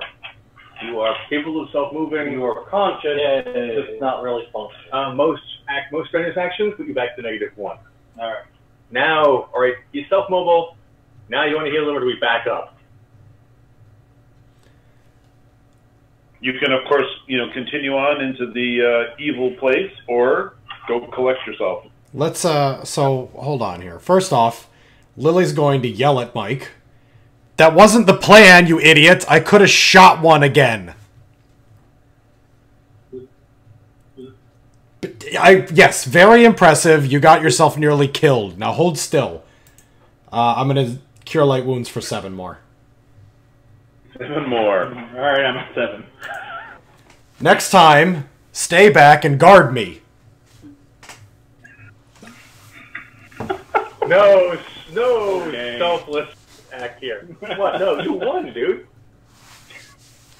Seriously, you did win. You got 2 of them. The rest of us. You would have been able to kill 2 of them if you'd waited, and you probably wouldn't be nearly dead in this pit. We do have the ointment smear on him. Might be a good idea. Also, look at these fucking things. Do you want to get bit by one of these? Everything around you is plagued. This thing could have herpes. Would you please gesture to it and...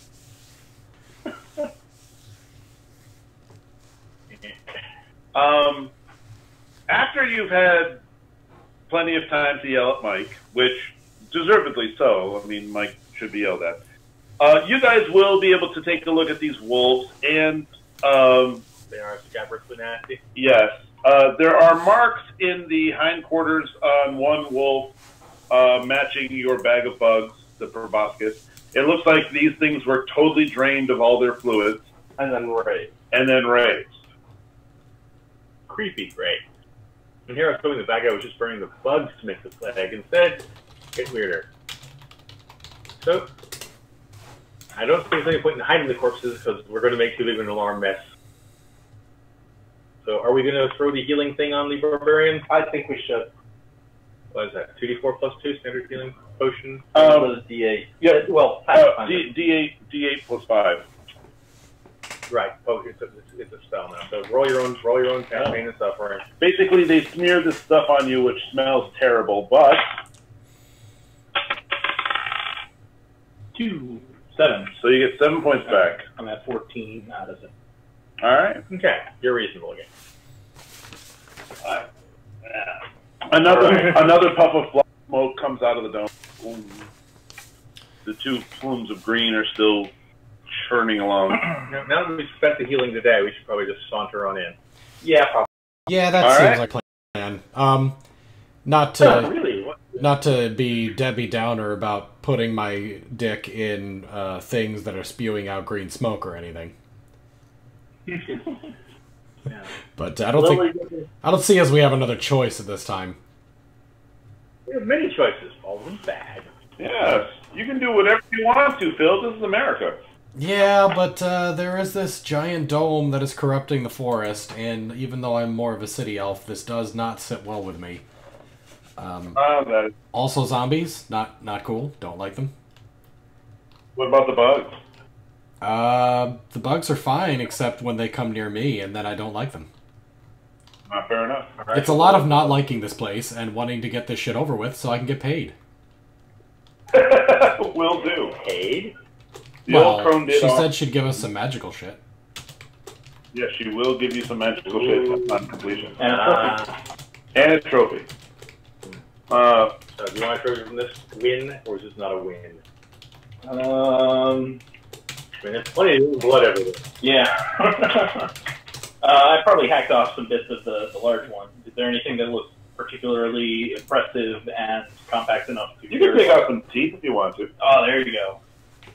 Anything that's Zombie got wolf teeth. anything that's got like skin on it, you're probably not going to trust. But a tooth is a tooth. There you go. I mean, come on, it's a barbarian mainstay. He's not going to start carrying around, you know, whole heads. That's it. Yeah, the whole head is a Well, I think long and hard about it. Lily looks a little bit disgusted as the barbarian's ripping teeth out of it, and she goes, "Did I not just mention the herpes?" Apparently, the barbarian does not care about wolf herpes. Who's to say I don't already have Wolverine? Oh, you got me there. I think I'm just going to ignore it at this point and toward the entrance with my bow drawn. Yeah, really. That's in the list of things I didn't say I don't already herpes. Yeah, that's pretty high on the nope. Yeah, that's a good one. Thank you, sir. Things I did not need to know about the party. Just getting to know your adventure is took a turn for the worse. Stupid shit the players say. Those things are weird. Yeah. Well, the green tea ones. Yeah. They're kind of nifty, but definitely weird. I also have these if you want. I've had a little chocolate-covered monster ball that tastes a little bit better than. Well, I just basically picked a couple things You're off the shelf. mocking the creation of a Japanese the German thing. Yeah. Well, every time I go into that little... That's something, except, well, one of the ducks. It's like, there's usually something cool. All right. So... Has it been plucked? Oh, yeah. You've been down to that market before, right? Which one? The one on Brighton Henrietta Town Line Road. As soon as you walk in, they've got that little rotisserie section where they just have ducks hanging there. I don't know. Since the heads are still attached, I'm a little leery of it. What can I say? All right. Chinatown boss. All right. So you guys are proceeding on in. So you guys are going. What is this structure actually made of? You said Stone. it looks like it is stone. It is stone. Honestly, I was thinking it was more of the, it's a bug excretion, so either a paper wasp net or a like an ant mound. Or I was actually thinking more termite, but No, it does actually look like stone. In fact, as you get closer to it, and you can actually sort of examine it, it looks fairly well crafted. The stone itself is well fit. so it is stone block. It's not like concrete. Yep. Rock to mud. Problem solved. Do you have rock to mud? First level. Thin line or You are also... So sorry, I don't mean to cut you off there, Tom, but at this point I'd like to concentrate for 3 rounds at least after casting Detect Magic toward the dome. Well, casting Detect Magic, you will certainly be able to get magic from the dome. Necromantic, no great shocker there. Okay. One thing that you are also noticing as you're sort of looking around, there are occasional puddles, for lack of a better phrase, of an opaque, dark-colored liquid. I wouldn't recommend stepping in that. It doesn't seem to be originating from anywhere. It just seems to be there. You are noticing in the dust itself many tracks, including wolf, which of course you just fought, several humanoids, a few cloven foot, possibly an elk or a deer. Everything that couldn't run is now in here. And lots of bug tracks. I'm waiting for the squirrel swarm. I have not prepared a squirrel swarm. I'm dead. All right, can we take a quick moment here? I want to try switching to the other microphone setup again, only because I am getting a little bit of droppage, and I think that has to do more with the fact that you guys are doing the whole mic triggers on voice command. So can we switch to the other mic? Sure. I'm going to have one of these. You may need to restart your Discord and recall me. Very weird. For a relatively small market, they've got a lot of things that like, in the cookie cake variety. After them forward. So is the chat channel full of just as strange people as last week? It's actually there's a few new people and a few old ones. Some people who missed the first one and jumped in on this one. I see 4 that are still chatting. I don't know how many are there. Maybe just listening in the background while they're doing other stuff, because it is mostly a listening stream, other than looking at my face and the rolls, as Eric pointed out. I'm gonna restart the Discord. Yep.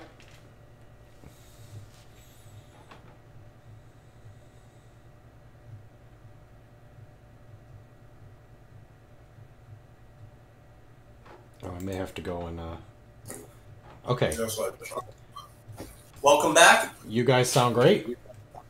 I barely hear myself, so I think I can probably make that work. All right. Awesome. Okay, so whatever, I don't know if it's positioning or what. Your signal quality has gone way up as well. Oh, definitely. Oh, interesting. Okay. It's amazing what we'll find out next. All right. Cool. So, like I said, you've got tracks of all sorts of critters. A few puddles that don't seem to... that you're not certain where the fluid may have come from, but there's puddles of a dark-colored, opaque liquid. It does not appear to be blood. It appears to be something else. It appears to be something else. It's kind of black and brown. Ichorish. Yeah. But it's like I said, it's not like you see a stream that came and filled in the puddle. So you're not certain as to where the stuff may have come from. And also there's a bit of an odor that basically just smells of rot and decay. Kind of on the dreadful side. So are we in a corridor or chamber? Well, you are approaching the dome from the outside. And Mike, your bag of bugs starts to get active. Antsy. I was hoping not to use that one. But your bag of bugs seems to be getting excited about something. Okay. You take damage for the pun. That's right. He takes 3d6 pun damage. That's well. It wasn't very punny. Mike, may I suggest you beat the ever-living hell out of that sack? Just smash it against the wall. You get another one in here somewhere. Or leave it outside. Yeah, maybe I'll just leave it on the ground here and I'll get it when we come back. This way? Or there in the corner. Really feeling strongly like smashing it would be... No? Everybody? No? Alright, well, I threw my... Mike Smash! Yeah! Mike Smash! No, I wanted to take it in with us. Alright, are you actually capitulating and smashing the bug? Don't do it. What did they ever do to you? We got us, yes, but to you? The pretty lady asked nicely. You say I'm not pretty? You shouldn't. He is an elf. Are you basically You're very pretty elf. swinging it and bashing it into walls? No, you're not. No, I'll probably just put the bag on the ground and take the flat side of the great axe and just start smashing. I was actually kind of hoping that you would like take it and use it against a tree, just like that whole Jason X scene. But ooh, he's good. Ooh, he's really good.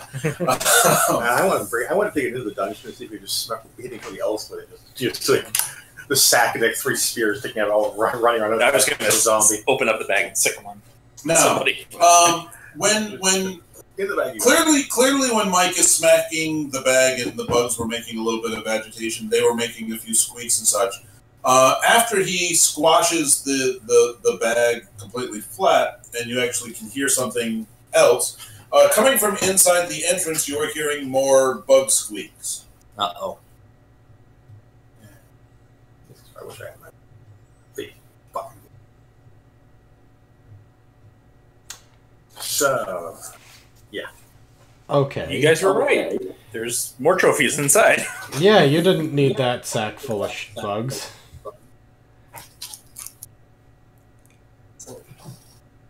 Alright, so the inside of this dome.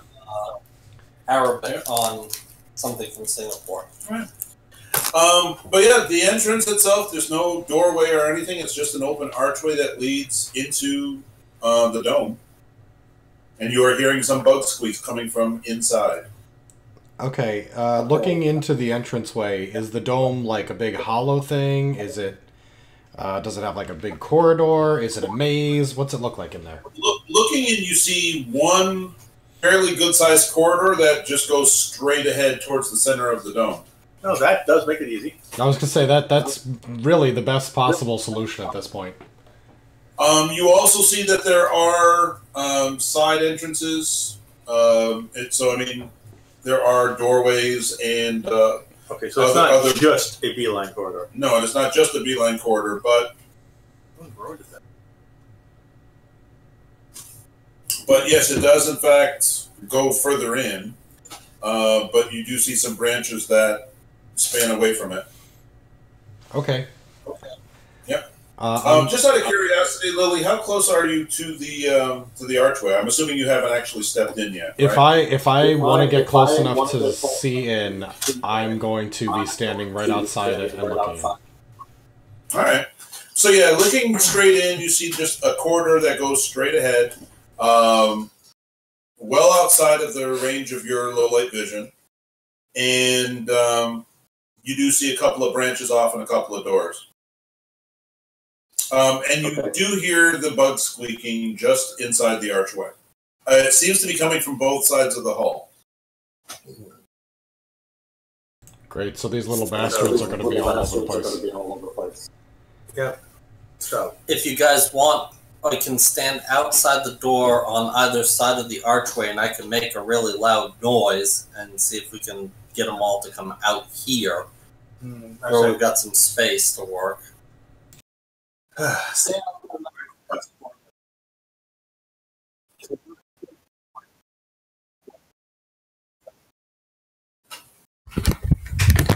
It is next to the speaker. Can you hear yourself? Hello. Okay, I can hear myself. Okay. Kind of garbage, you know. I was just thinking my microphone on.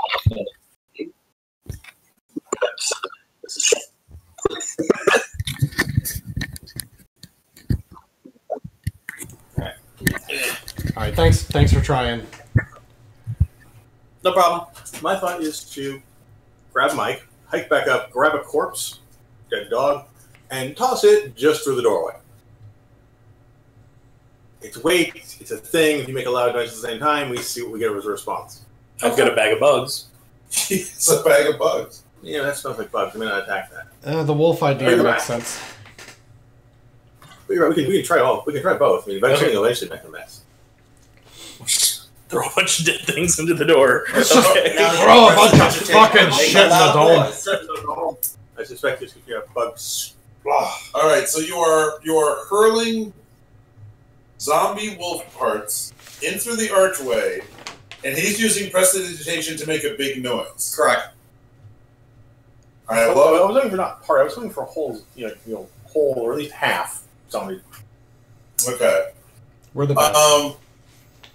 Fair enough. You hear very agitated bug sounds coming from both sides of the hallway. Nothing descends upon the zombie wolf parts. No. It doesn't. It's all right. And nothing seems to respond either to be attracted by or run away from the big boom. I got an idea. Oh, well. The wizard has an idea. Reuse prestidigitation. Make a sound this time. This time trying to mimic the sound of a big bug. A big bug. So the squeaking sound. All right. What do you want me to roll? Bed springs. Jeez. Roll me an intelligence roll. Just a flat intelligence roll. 16. You've heard enough bug squeaks that you basically feel like you can do a decent go-week. So Teal basically says, "Okay, guys, step back," and does his very best bug sound. Armpit harmonica. All right. Again, the bugs seem agitated, but nothing comes in, nothing descends. All right.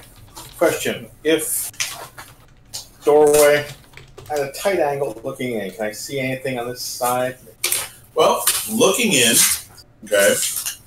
Again, you got this hallway coming in like so, and here's all this clutter that you basically threw in.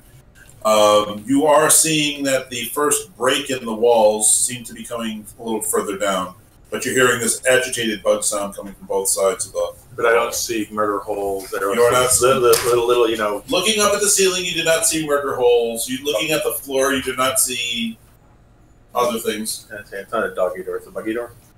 No. So, all right, what the hell? Are you going in? Yes, I'm taking you with me.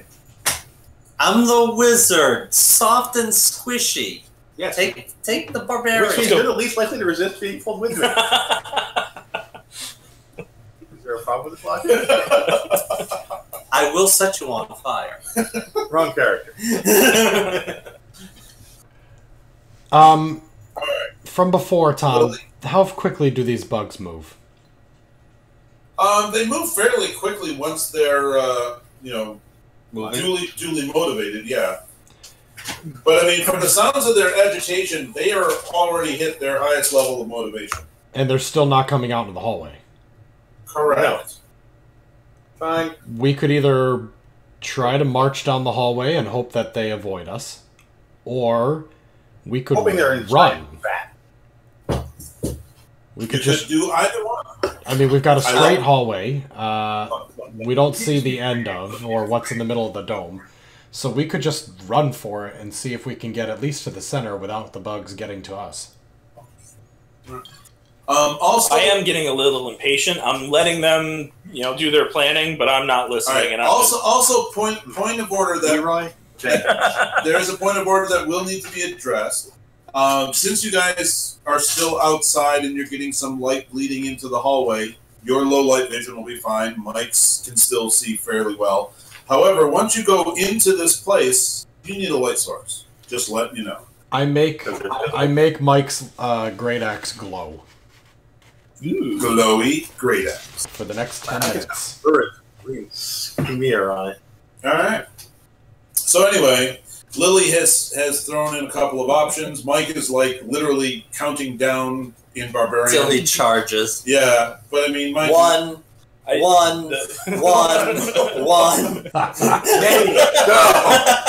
Village not learned to count past 1.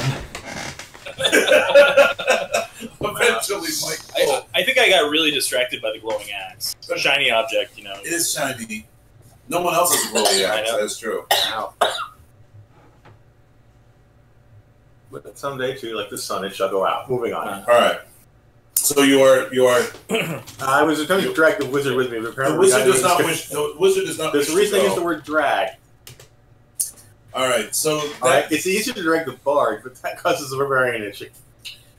So it's either the barbarian. So it's either going to be you. I don't know why this is such a problem. All I need is the word "go." I've been trying to go. All right. I will start cycling languages until I find one that works. All right. He is trying to provoke you to go in first. Are we ready to go? I don't care. Yeah. I promise to follow Mike exactly 5 feet behind at whatever speed he moves. Okay. Liar. Let's do it. I do have fast moving or something like that, so I move 40. All right. Okay, well then I'm not going to be able to keep that promise. Are you rushing in, or are you just taking a couple of casual steps? I will move forward confidently, but not rush. All right. You move forward confidently, but not rush. About 30 feet in. Floor opens this way. No. The floor is not open. There's no murder holes, no spikes from the ceiling, nothing. I'm following the party about 10 feet behind.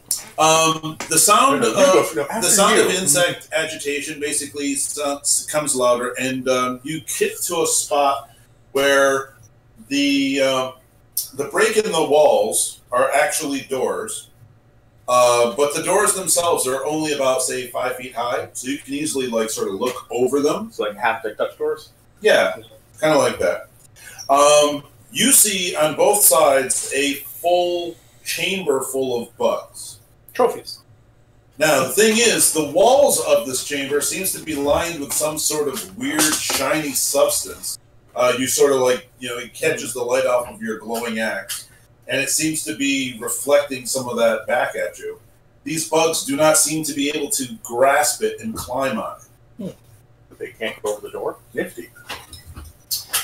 I wouldn't reach in there. They do not apparently. They not apparently planning on cannot climb out. right? They apparently cannot climb out. So they're all just sort of scuttling about on the floor. You do see a number of dead things that are, or dead woodland animals that have been sort of thrown in there. Also, one thing that you notice as you're sort of shining about, at the base or at the floor of each of these pens is a metal grate. Okay. When I get up to this point, nothing. All right. And the bugs are like jumping, trying to get at you, but they can't. All right. Let's see. Look at the thing. I will use some shurikens. Is what I have. I'm going to wedge both these doors shut. Fair enough. Nothing will open the. Nobody knows. Surprise. Pink. These doors are now officially wedged shut. You count about 8 to 10 bugs on each side. Okay. These chambers, how big are they? I mean, do they like eat a good chunk of the dome? Are they... No. In fact, the room itself seems difficult to explain. It's rectangular in the fact that it's got 4 sides, but 2 of the sides are arced. Yeah. Okay. It's off the tip off a pie wedge. Yes. So it is 30 feet deep, but again, 2 of the walls are arched. So I can't, unless I want to give you like degrees and radians. No, it's a 2 pie wedge rooms. Do the pie wedge rooms have doors on the far side as well? No, these are just pens of bugs, basically.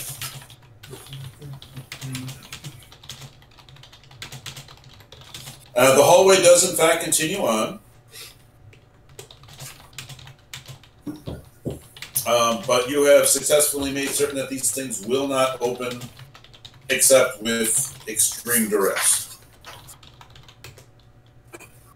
But okay, it's not as full as I thought it would be. I figured, the door is waist high and it's full to like the knee level of just bug.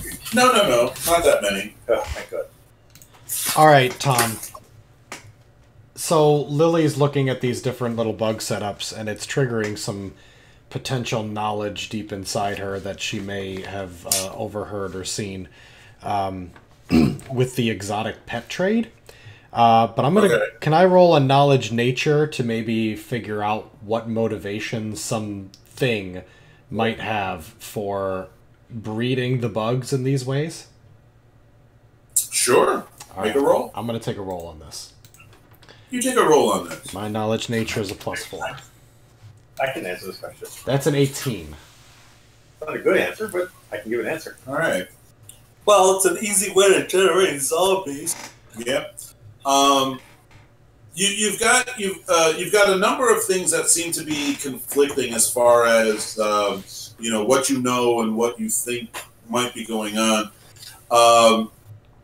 First off, for a while that these bugs are not natural, not by any book or story that you've ever heard. These things are not natural. Right. But they're all over the top of this. You are aware of the fact that somewhere in this world you have heard of things called sturges, but these things fly. Right. And they're more like flying stabby and rats. I think even a sturge is technically a magical beast or some shit like that. It is a magical beast, but they're commonplace enough to where they're bred true. Yeah, I mean, dwarves will constantly tell you the story. Anyone who lives in a swamp or a jungle type area will tell you lots of stories of these things. Sturges are basically like really, really big mosquitoes, right, for lack of a better phrase. But as far as why these things may have been bred, Teal does bring up a good point. It's a fairly good way of making zombies. So the bugs might be creating zombies, or they're able to kill. Basically, they're taking live animals, throwing them in there, and once the sturges or bugs are done eating them, they have a ready-made corpse that's fresh and ready for animation. Which might make sense, except that we saw zombies collecting the bugs. No. But we saw skeletons with skin. Yeah, we saw skeletons collecting the bugs. Oh, okay. So we saw skeletons collecting the bugs. I was assuming that they were bringing the bugs here and putting them into the chambers, but maybe that's not the case. All right, we still are missing some information, so I'm willing to continue deeper into this dome. Yep, I think we have a very squeamish evil druid. It's possible. As always, the practice run. I'm just going to let you eventually give me my finale yourself. You'll just keep saying ideas until I'll be like, all right, we'll go with that. I keep spouting terrible paranoid ideas. It's great. Hey, all I knew for setting this thing up, I was just trying to creep you guys out. I figured we'll start with that and kind of work from there. Anyway, also one thing that you guys are noticing, pretty apparent, there's absolutely no markings of any kind on the walls. Nothing to indicate a presence, a heraldry, nobility of any kind. It seems to just be bare wood, or bare stone rather. Nothing too dramatic. Very bland. You said it was green. The stone? No, the stone. The smoke was green. The smoke coming out of it was green. Well, two of them was green. One of them was black. The constants are green. The puffs are black. All right. So anyway, the passageway does in fact go on, and then it does come to a four-way intersection where you can go left, right, or forward. Do any of those directions have a light shining back at us from them? As you get a little closer, the one coming toward, or the one that you're starting in, the one that's leading towards the center of this dome seems to be coming up with a little bit of light, but it's really faint. Okay, so we haven't hit the center of the dome and are seeing out again. Yeah. Well, remember, it's about 200 feet in diameter, so it's not too far of a walk to get to the actual center. And I'm looking to the center. That's where I think the most interesting part might be. Yeah. Yeah, there is light coming from that way. It's just really, really dim. Well, I'm ready to proceed that way. Proceeding in? All right. As you're moving further down, you are passing two doors on either side. Both of them are closed. Are they full-size doors? They are full-size doors. But the light, as you get a little bit closer to it, does in fact seem to be a little bit more apparent. Your low-light vision will be perfectly fine picking it up. Do you wish to examine the doors or continue on past? Let's give them a listen, at least. Sure. Nope. Sounds like a door. Sounds like a door. Let's see if I speak door.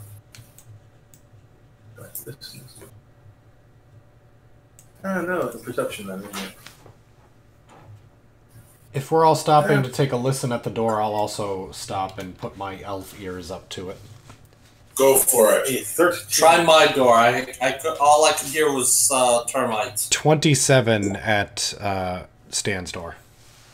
You do not hear anything stirring on the other side of the door. Are these wooden doors or stone slab doors? They're stone slab. I chuckle at the weird elves trying to listen to rocks. But they are listening to rocks. And they are fairly certain that they hear no sounds coming from the other side. I'm going to try the handle on this door and try to open it. All right. The door doesn't exactly have a handle. It seems to have a pivot balance system. If you push on one side of it, it just sort of swings open. Okay. How far do you... I mean, are you opening it wide, are we? Yeah, if I'm not hearing anything on the other side, I mean, I guess a skeleton or a zombie probably wouldn't make a lot of noise, but I'm going to go ahead and sort of thrust it completely open and then arrow at the ready in case I see anything moving. All right. When you shove the door open, you see that the room itself is devoid of any furniture. Lining the walls are 6 alcoves, kind of like the Borg alcoves, just without all the technology. And in each one is a skeleton, basically just standing there. The skin-coated skeleton or skeleton? Regular skeleton. They haven't been skin-coated yet.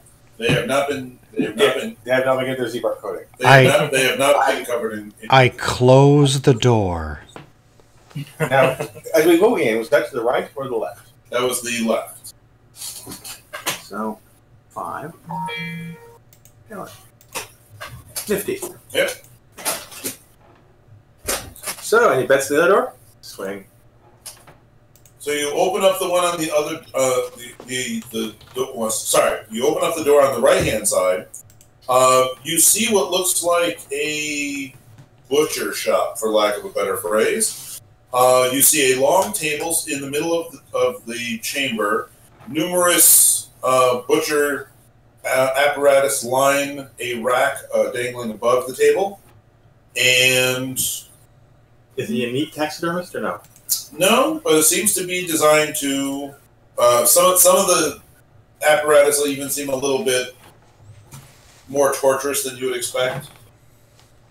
It seems like it's mostly to remove flesh. I'll be right back. I gotta take care of the dogs. Take care of the dogs. So it's a room-sized flensing kit. Yeah. To deflesh something. Lovely. Alright. No actual occupants, though. No. And has it been cleaned, or is it just, filthy? It is very clean. Alright, so it's not your average gore level thing there. No. And no one's playing build your own animals, so either Mr. Snuffleupagus or something. In fact, whether you make the intelligence check, or the bard, or the wizard, you can sort of make... Nope. 13. You can make a couple connections. Chances are anything brought in here probably would have been drained of blood first. Yeah. And probably would have been mostly dried and desiccated at that point anyway. Kind of like a dried crimson? Effectively, yes. They would just sort of like peel somebody. It's kind of gross. I eat some jerky. If you eat some jerky, you go right ahead. Anyone else want some? No. Sure. Absolutely. It's good jerky. No, it isn't. It's a little lady jerky. Ah, well. So yes, as you're proceeding further on in. What, raising the finest of little ladies? You are truly terrible people. I'm just saying that. All right. And Phil's in here to enjoy it. Well, that's okay. He's recording this whole thing, so it'll be fine. All right. So again, you wish to smash the skeletons? You can smash skeletons. I don't want to take the chance of activating. If we go in there, we may activate them, at which point we got to deal with 5 of the things, and they did a pretty good number on us last time. So, in that case, I'm down another shuriken. Sealed. The crypt gets sealed. And we will come back and prep with flexi pliers the door open, but right now, deep. All right. You make absolutely certain that this thing will never open. No, not it'll never open. It's going to be open soon. It'll take a long, long time. All right. You proceed to the end of the hallway. Mm-hmm. All right. It is 9:45, so this will probably be the final scene before we roll credits. You see that at the very, very center of this dome is a large cylindrical chamber that seems to go both up and down. Corkscrewing through this chamber is a spiral staircase. It goes up and down. The light, for lack of a better phrase, comes from a luminescent ooze at the very bottom of this chamber. Don't fall in that.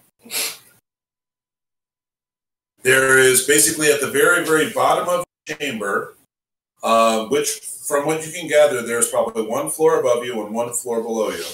But at the very bottom. Now, is that very, very bottom below the floor? Yeah. Okay. So imagine that right at the very lowest step of this staircase, it still has a depression that this ooze is sort of sitting in there. It's pustulating, it's bubbling, it's bioluminescent. Does anyone actually have knowledge engineering? I think I took that. No. Yes. We will let Phil have a shot at it when he gets back. Jesus.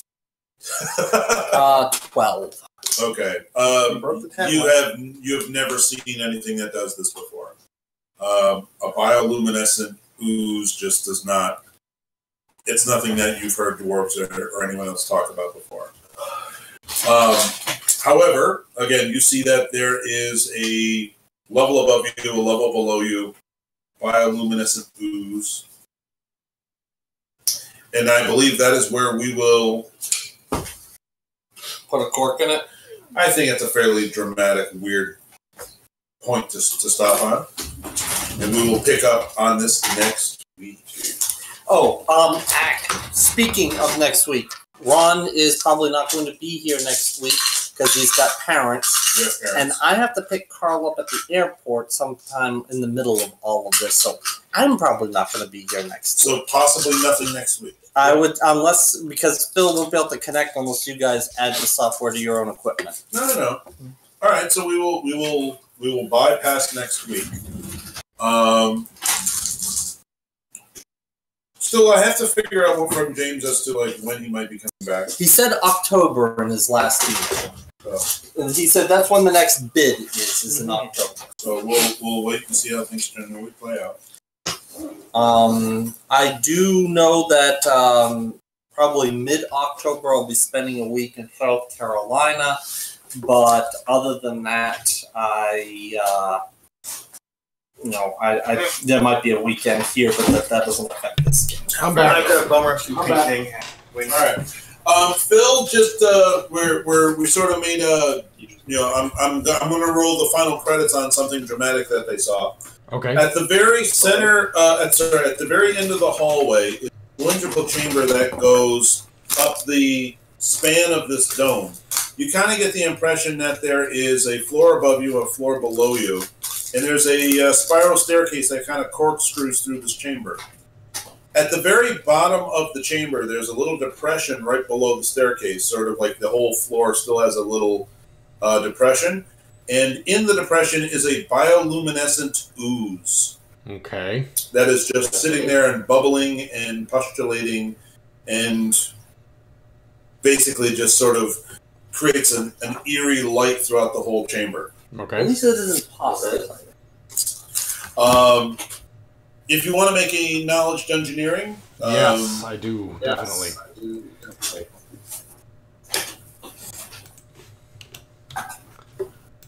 18. All right. You are well aware of the fact that you have never seen anything like this before. In fact, in all of recorded dungeoneering, this thing is a unique thing. Okay. Right. That's shit. Now, Stan and Ron are both telling me also when you were away that they're not likely to be available next week. Okay. So it sounds like we're going to be off next week. All right. So in 2 weeks we will pick up from your delving into my doom of nastiness. Okay, sounds good. Okay, sounds good. I gotta say, the luminescent pit of ooze makes an excellent volcano theme. Yeah, but you have to add the baking soda. Baking soda, ooze, volcano. Well, I was hoping there'd be something in the center of this to set on fire, but It qualifies, it's just harder. Depends. Some oozes are flammable. That's true. That's okay. Over the next couple of weeks, when you guys explore the rest of this place, I'll give you some weird stuff to play with. Okay. Sounds good to me. I promise. All right. So I guess we will catch you later, Phil. Again, it's probably off next week, but we will contact you over the week to confirm. Well, I'm definitely not going to be here because I got to get Carl at 8 o'clock. All right. And his flight is likely to be a little skewed just because they always are. So. Gotcha. All right. All so right, Phil, guys. you have a wonderful week. Guys. Enjoy, man. Yep, I'll see you guys in 2 weeks. See you guys in 2 weeks. Cool. Good night, man. Good night. Take it easy. Have a good Labor Day.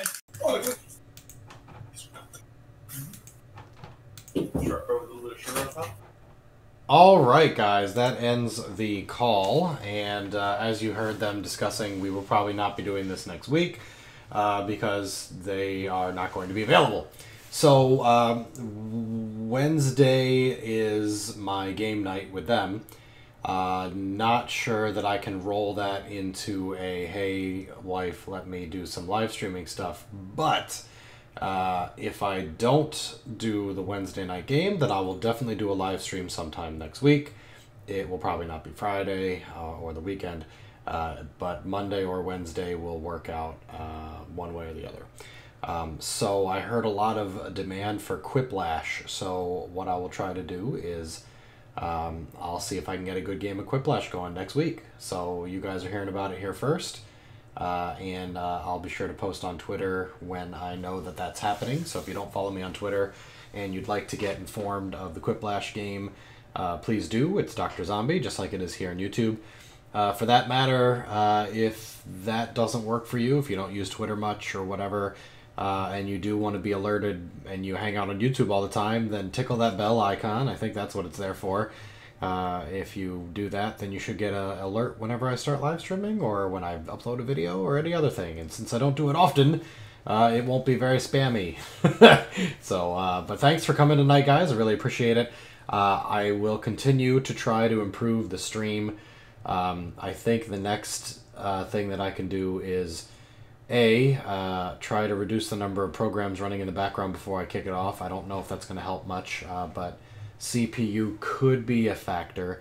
I think the bigger factor is internet speed, and until I get paid a good amount of money to be able to justify getting better internet, I can't justify getting better internet. So for now, it's something that I'm going to have to suffer through. I hope to get it fixed soon. I do. It's just another part of this move across state lines that's really killing me. And money is definitely remaining an issue. And may remain an issue until taxes come back. Because I should get a bunch back for taxes then. But we'll see. Thanks so much for dropping by. Merc Drake, Passion Tango, Weird Guy, Biggie Cheese, who just chimed in there at the end, and everybody else who's still hanging around. I really appreciate you guys joining us tonight. Laloch, if you're still here, thanks for coming by. I hope you guys had a good time. I'm excited about it. I'm having a good time as well, and we're gonna keep this rolling on in 2 weeks from now. Why did we move? We moved a couple reasons. To be closer to family. As you guys know, I have 3 kids, and they'll be closer to some cousins, and cousins are great for kids. So that was one major factor. Another reason is the weather here is better. I did move south, so it's a little bit warmer. There won't be as much snow.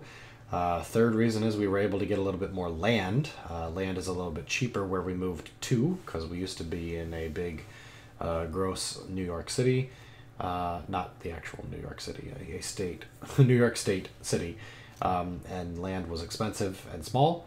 Down here it's cheap and big, so we got half an acre to play with, and it's just as expensive as our old house was, only it's bigger. So property values are better.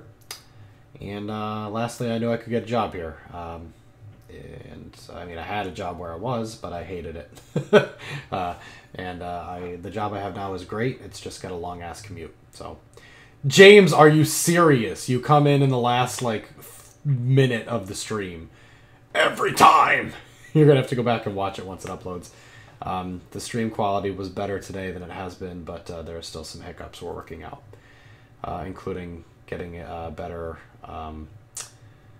microphone situation going on. I'm wondering if I drop the webcam completely if the frame rate goes way up. I mean, not that it matters, because at that point you're just staring at a screen anyway. The webcam's the only thing that makes this worthwhile instead of just a podcast. Yeah,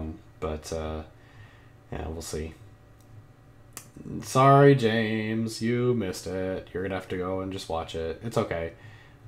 There's not a whole lot of audience interaction anyway, because I'm trying to pay attention to what's going on, but spooky things are happening in the woods, man.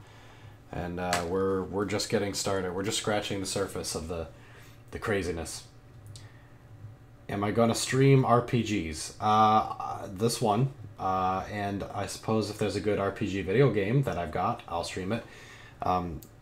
Somebody, Drew Wells, bought me a game called Titan Souls, which looks like it might be an RPG. He said, stream it, but don't learn anything about it first. Go in totally blind. Which I was going to do one night until I found out that it's supposed to use a controller, and when I hooked up my controller, it didn't read properly in the game, so I don't know what the fuck's going on there. I may have to tweak my system a bit. But anyway, my ears are starting to hurt from these headphones. I gotta get going, because I gotta get up early to go back to work. So, thanks again, guys. I appreciate it so much stopping by. So, with that, I will be ending the stream, and I will see you guys next time. Later.